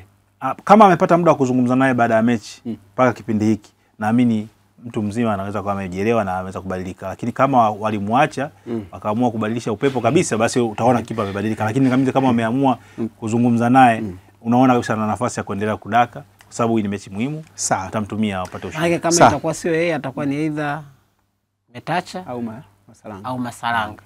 Wakae wazungumze kama wanaume ili swala liishi. Wasimwachie Mungu. Sasa Gamondi akimwachia Mungu si yuko hapa. Sasa wewe yuko hapa au mpaka hajachukua ndege afike kule Argentina. Siku nyingi sana. Mechi itakuwa ishaisha. Alafu upandi ndege. Si wanasemaga upandi ndege? Kinao ule. Hapa. Kwa hiyo hilo ndio lilikuwa upande wa Singida Black Stars ambao na wenyewe wanajiandaa kucheza mchezo wao wa pili kombe la shirikisho, lakini kwa upande wa Young Africans wenyewe wameendelea na maandalizi ya kuivaa Silver Strikers. Timu ya wananchi Young Africans imeendelea na maandalizi kuelekea mechi ya marudiano dhidi ya Silver Strikers ambayo itachezwa Oktoba 25 saa 11 jioni kwenye uwanja wa Benjamin Mkapa, Dar es Salaam, ikiongozwa na kocha msaidizi Patrick Mabedi. Wachezaji wote wana hali nzuri, huku kila mmoja akijiandaa kuipambania timu yake ili kuhakikisha inafuzu hatua ya makundi msimu huu. Yanga ilipoteza bao 1-0 katika mechi ya kwanza ikiwa nchini Malawi. Matokeo ya ushindi wa tofauti ya magoli 2 au zaidi ndio yanahitajika kwa lazima na ili Yanga iweze kufuzu hatua ya makundi msimu huu kwenye ligi ya mabingwa barani Afrika. Hao unaoona ni wachezaji wa Young Africans wakisalimiana na benchi la ufundi, na hii inaleta umoja sana. Unajua ukiwa na watu ambao unaishi nao katika kabla mjaanza chochote, mnakuwa wamoja, juliani hali na mambo yaende. Lakini wakiwa wanaendelea pia kupata mazoezi ya kuwaweka vizuri. Na sasa mazoezi, ukiona kocha mazoezi, mwenyewe ni mazoezi. Sasa kila anachokufundisha anakifahamu, kwa hiyo anakuweka vizuri. Ni moja kati ya eneo muhimu sana kwenye timu. Kuelekea kwenye huu mchezo Michael, tunaona Yanga na wenyewe wameita mashabiki wake kwenye uwanja wa Benjamin Mkapa, lakini wamewaambia waje waishangilie timu kuingia kwenye hatua ya makundi. Kitu kimoja ambacho mimi huwa nashangaa mashabiki sana wa Tanzania ni pindi tunapoenda kutazama mechi tunakuwa kama maskauti. Kwamba sisi tunaenda kuangalia mchezaji gani ambaye anafaa tumsajili, kwa sababu scout hawezi kushangilia, si ndio? Scout ni yeye ni kuangalia mechi. Ikipigwa tobo hashangilii, likifungwa goli hashangilii. Yani mashabiki wanageuka kuwa maskauti, kitu ambacho kinaweza pia kikaonesha wachezaji kwamba tuna idadi kubwa ya watu ambao wamekuja hapa, lakini hatuoni kama wanatuanikiza, wanatupatia moyo kwamba twende. Sisi shule ya msingi zile kelele tu zilikuwa zinatusisimua. Mashabiki usiniumizie nini mambo yameenda. Unajiona kweli. Lakini ukitoka uwanjani yule aliyesema usiniumizie hayupo. Ana habari na nini? Sasa kwa nini? Yaani kivipi? Kuna jamaa anauza kivipi sasa? Kivipi? Kati niseme tuko pamoja. Kwa hiyo hili la mashabiki kuingia kwanza bure, kwa maana hiyo wataingia wengi ambao wataenda kuipatia support team. Nini ambacho kinatakiwa mashabiki wakifanye? Licha ya timu imeona kwamba kuna umuhimu wa mashabiki kuwepo, lakini mashabiki wanaona umuhimu wa wao kuwepo kuweza kuhimiza timu. Nafikiri kwenye swala la mashabiki, wao sasa hivi ni kama Yanga imewapa deni wao, kwamba sasa nyinyi mtakuja tu uwanjani. Sisi tunawadai nyinyi hilo vibe kutoka kwenu liende kwa wachezaji wetu. Kama timu tayari imeshafanya kwa upande wake, haya maandalizi ambayo wanaona hapa ndio maandalizi ambayo timu inatakiwa kuyafanya. Wao wanadili na huko. Lakini kwenye football sisi tunasema kuna ile third party ambayo yenyewe ndio unaizungumzia nafasi ya mchezaji wa 12 ambaye ni shabiki. Wewe una haki zako za msingi pia ambazo unatakiwa kuzifanya pamoja na wajibu. Kuna haki na wajibu ambao unatakiwa kuufanya. Wajibu wa shabiki wa mpira wa miguu kwenye klabu yake ni pamoja na kuipa hamasa na shinikizo la kufanya vizuri pale ambapo inahitajika. Mpira wa miguu kuna wakati ambao ukishatumia nguvu kubwa unahitaji kupata mtu mwingine wa kukupush kwenye kile ambacho unatakiwa ukifanye. Sasa unaweza kupata hamasa kutoka kwenye benchi la ufundi ambalo linaonekana pale kwamba atakusukuma kwa kiasi kikubwa ufanye vizuri. Lakini ukiwa unaona kuna nguvu nyingine ya tatu ambayo inatoka juu kabisa kwenye jukwaa, hiyo inaweza kukupa hamasa nyingine ya kupambana kiwanjani, ukiwa naamini kwamba sawa nafanya kwa ajili yangu, nafanya kwa ajili ya benchi la ufundi, lakini natakiwa pia kufanya kwa ajili ya wale ambao wako kule jukwani ili niweze kufurahisha na kupata kile ambacho kinahitajika kufanyika. Sasa kama uongozi wa Young Africans wenyewe ameona kwamba kwa nyinyi kipindi hiki tulikuwa tunatakiwa kuchagua mambo mawili. Either tuchague pesa za mashabiki ziingie kwenye akaunti yetu kwamba ukilipa 5,000 yako uende kuangalia mechi. Klabu itapata hiyo faida ya hela yako, lakini pia itapata faida wewe kuwepo kwako uwanjani. Hilo Yanga ameliacha kwamba sisi hatutaki kudili na hiyo faida ambayo utatupa 5,000 yako. Kausha ubaki naye. Lakini wewe tunachotaka sisi utupe ni hiyo vibe yako ambayo unatakiwa kuileta uwanjani, tunakukopesha wewe. Sasa sisi tumekopesha 5,000 lakini turudishie ile vibe yako kiwanjani ambayo itafanya wachezaji wetu sisi wanaokuwa uwanjani watupe kile ambacho sisi tunahitaji kukipata. Kwa hiyo kama Yanga yenyewe kwenye management wamesacrifice kiwango cha pesa ambacho wanatakiwa kipata, basi wewe sasa uje ulipe, wape vibe wachezaji ambao watakuwa uwanjani ili timu iweze kufanikiwa. Kwa hiyo kama wamesacrifice hichi wanataka kupata hiki, basi usiwaangushe kwenye. Nafikiri mashabiki hapo ndipo wanatakiwa kujua kwamba okay, tumeambiwa twende uwanjani kuishangilia timu. Tunaingia pasi kutoza kiasi chochote cha pesa. Basi sisi tutumie nguvu yetu ambayo tumebakiza kwa ajili ya kuwapa hamasa wachezaji ambao watakuwa kiwanjani. Lakini kwa la muhimu labda la kuongezea kwenye hapo, unajua tunapoambia twende uwanjani bure, jambo zuri sana. Na hii sio Yanga mara kwanza. Kuna mechi moja nazidi TP Mazembe, Yanga waliambia mashabiki waende bure uwanjani.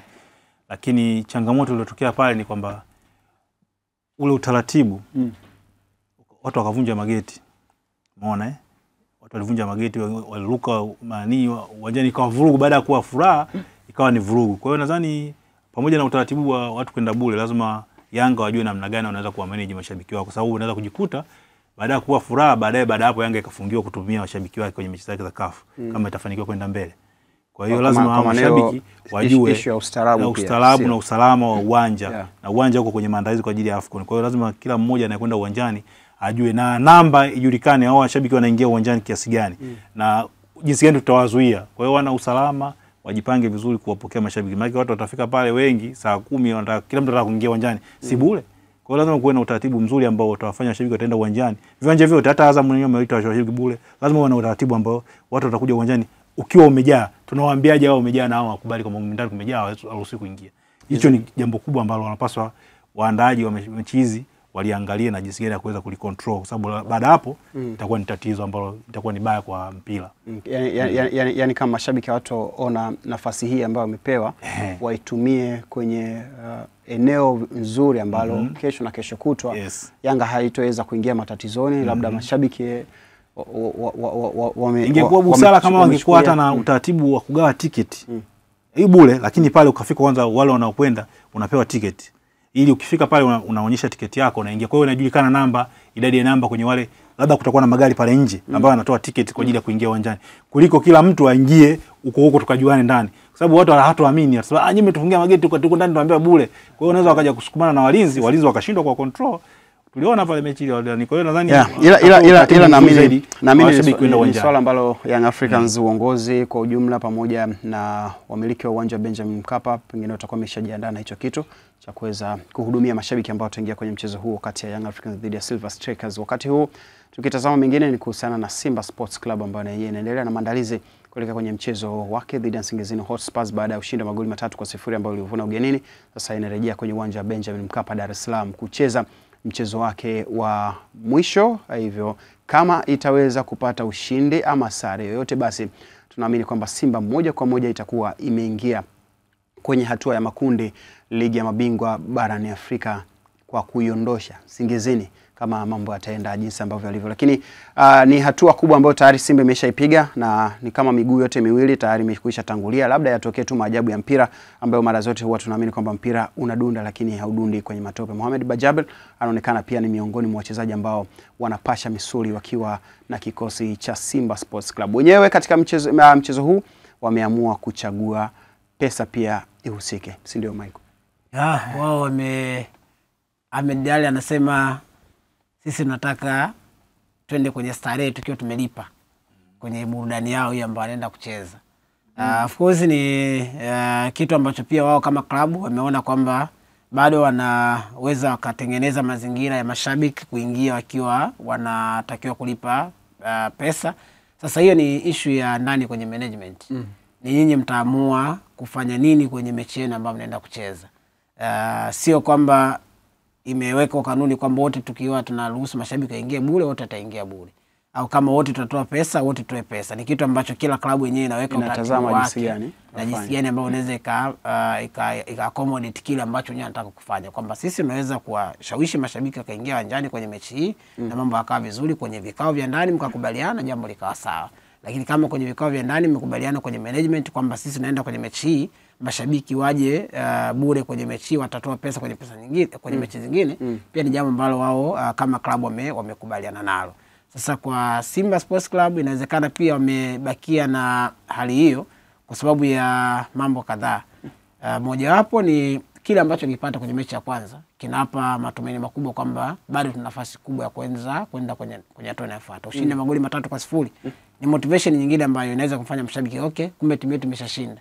Basi ngoja tukashindilie kile ambacho tulikipata kwenye mechi ya kwanza ili tuweze kupata matokeo ambayo yanaweza akawa ni mazuri. Tofauti na ilivyo kwa watani wao ambao wao bado mechi yao ina pressure kubwa. Kwamba ni mechi ambayo pressure ni kubwa, wanahitaji nguvu nyingi ya ziada kuweza kuvuka kwenda kwenye hatua inayofuata. Sasa moja hapo kati ya nguvu wanaweza kuipata ni ya mashabiki kuweza kuingia uwanjani. Ingeweza kuaccommodate mdao mchache, kuwavuta mashabiki wengi kiwanjani, ama hii njia ambayo umetumia kuwapa fursa mashabiki kuingia bure inaweza kukusaidia. Wameona hiyo ni njia nzuri zaidi. Lakini kwa Simba Sports Club bado wamebakia kuwa na muendelezo wa kutangaza viingilio kwenye mechi yao, sio kosa na sio dhambi wao ambacho wamekifanya. Nafikiri pia inaweza ikae na hapa hali hiyo kutokana na matokeo ambayo yapata kwenye mechi ya kwanza. Lakini bado mashabiki wanaamini kwamba tunaweza tukaendelea kuitazama Simba yetu ipo kwenye performance gani wakati huu. Unapenda bure au vya hela? Kibunda. Toe kidogo. Wewe utoe. Toe hata pesa kidogo. Ukipewa bure? Bure ya gari. Maswali anasema bure ya gari. Maswali yanakuwa mengi. Kwa nini? Kwamba why? Yaani kwa nini? Kwa wewe nikikupa kitu bure upokee. Siwezi kuchukua. Unaniogopa? Wangosole bure ya gari.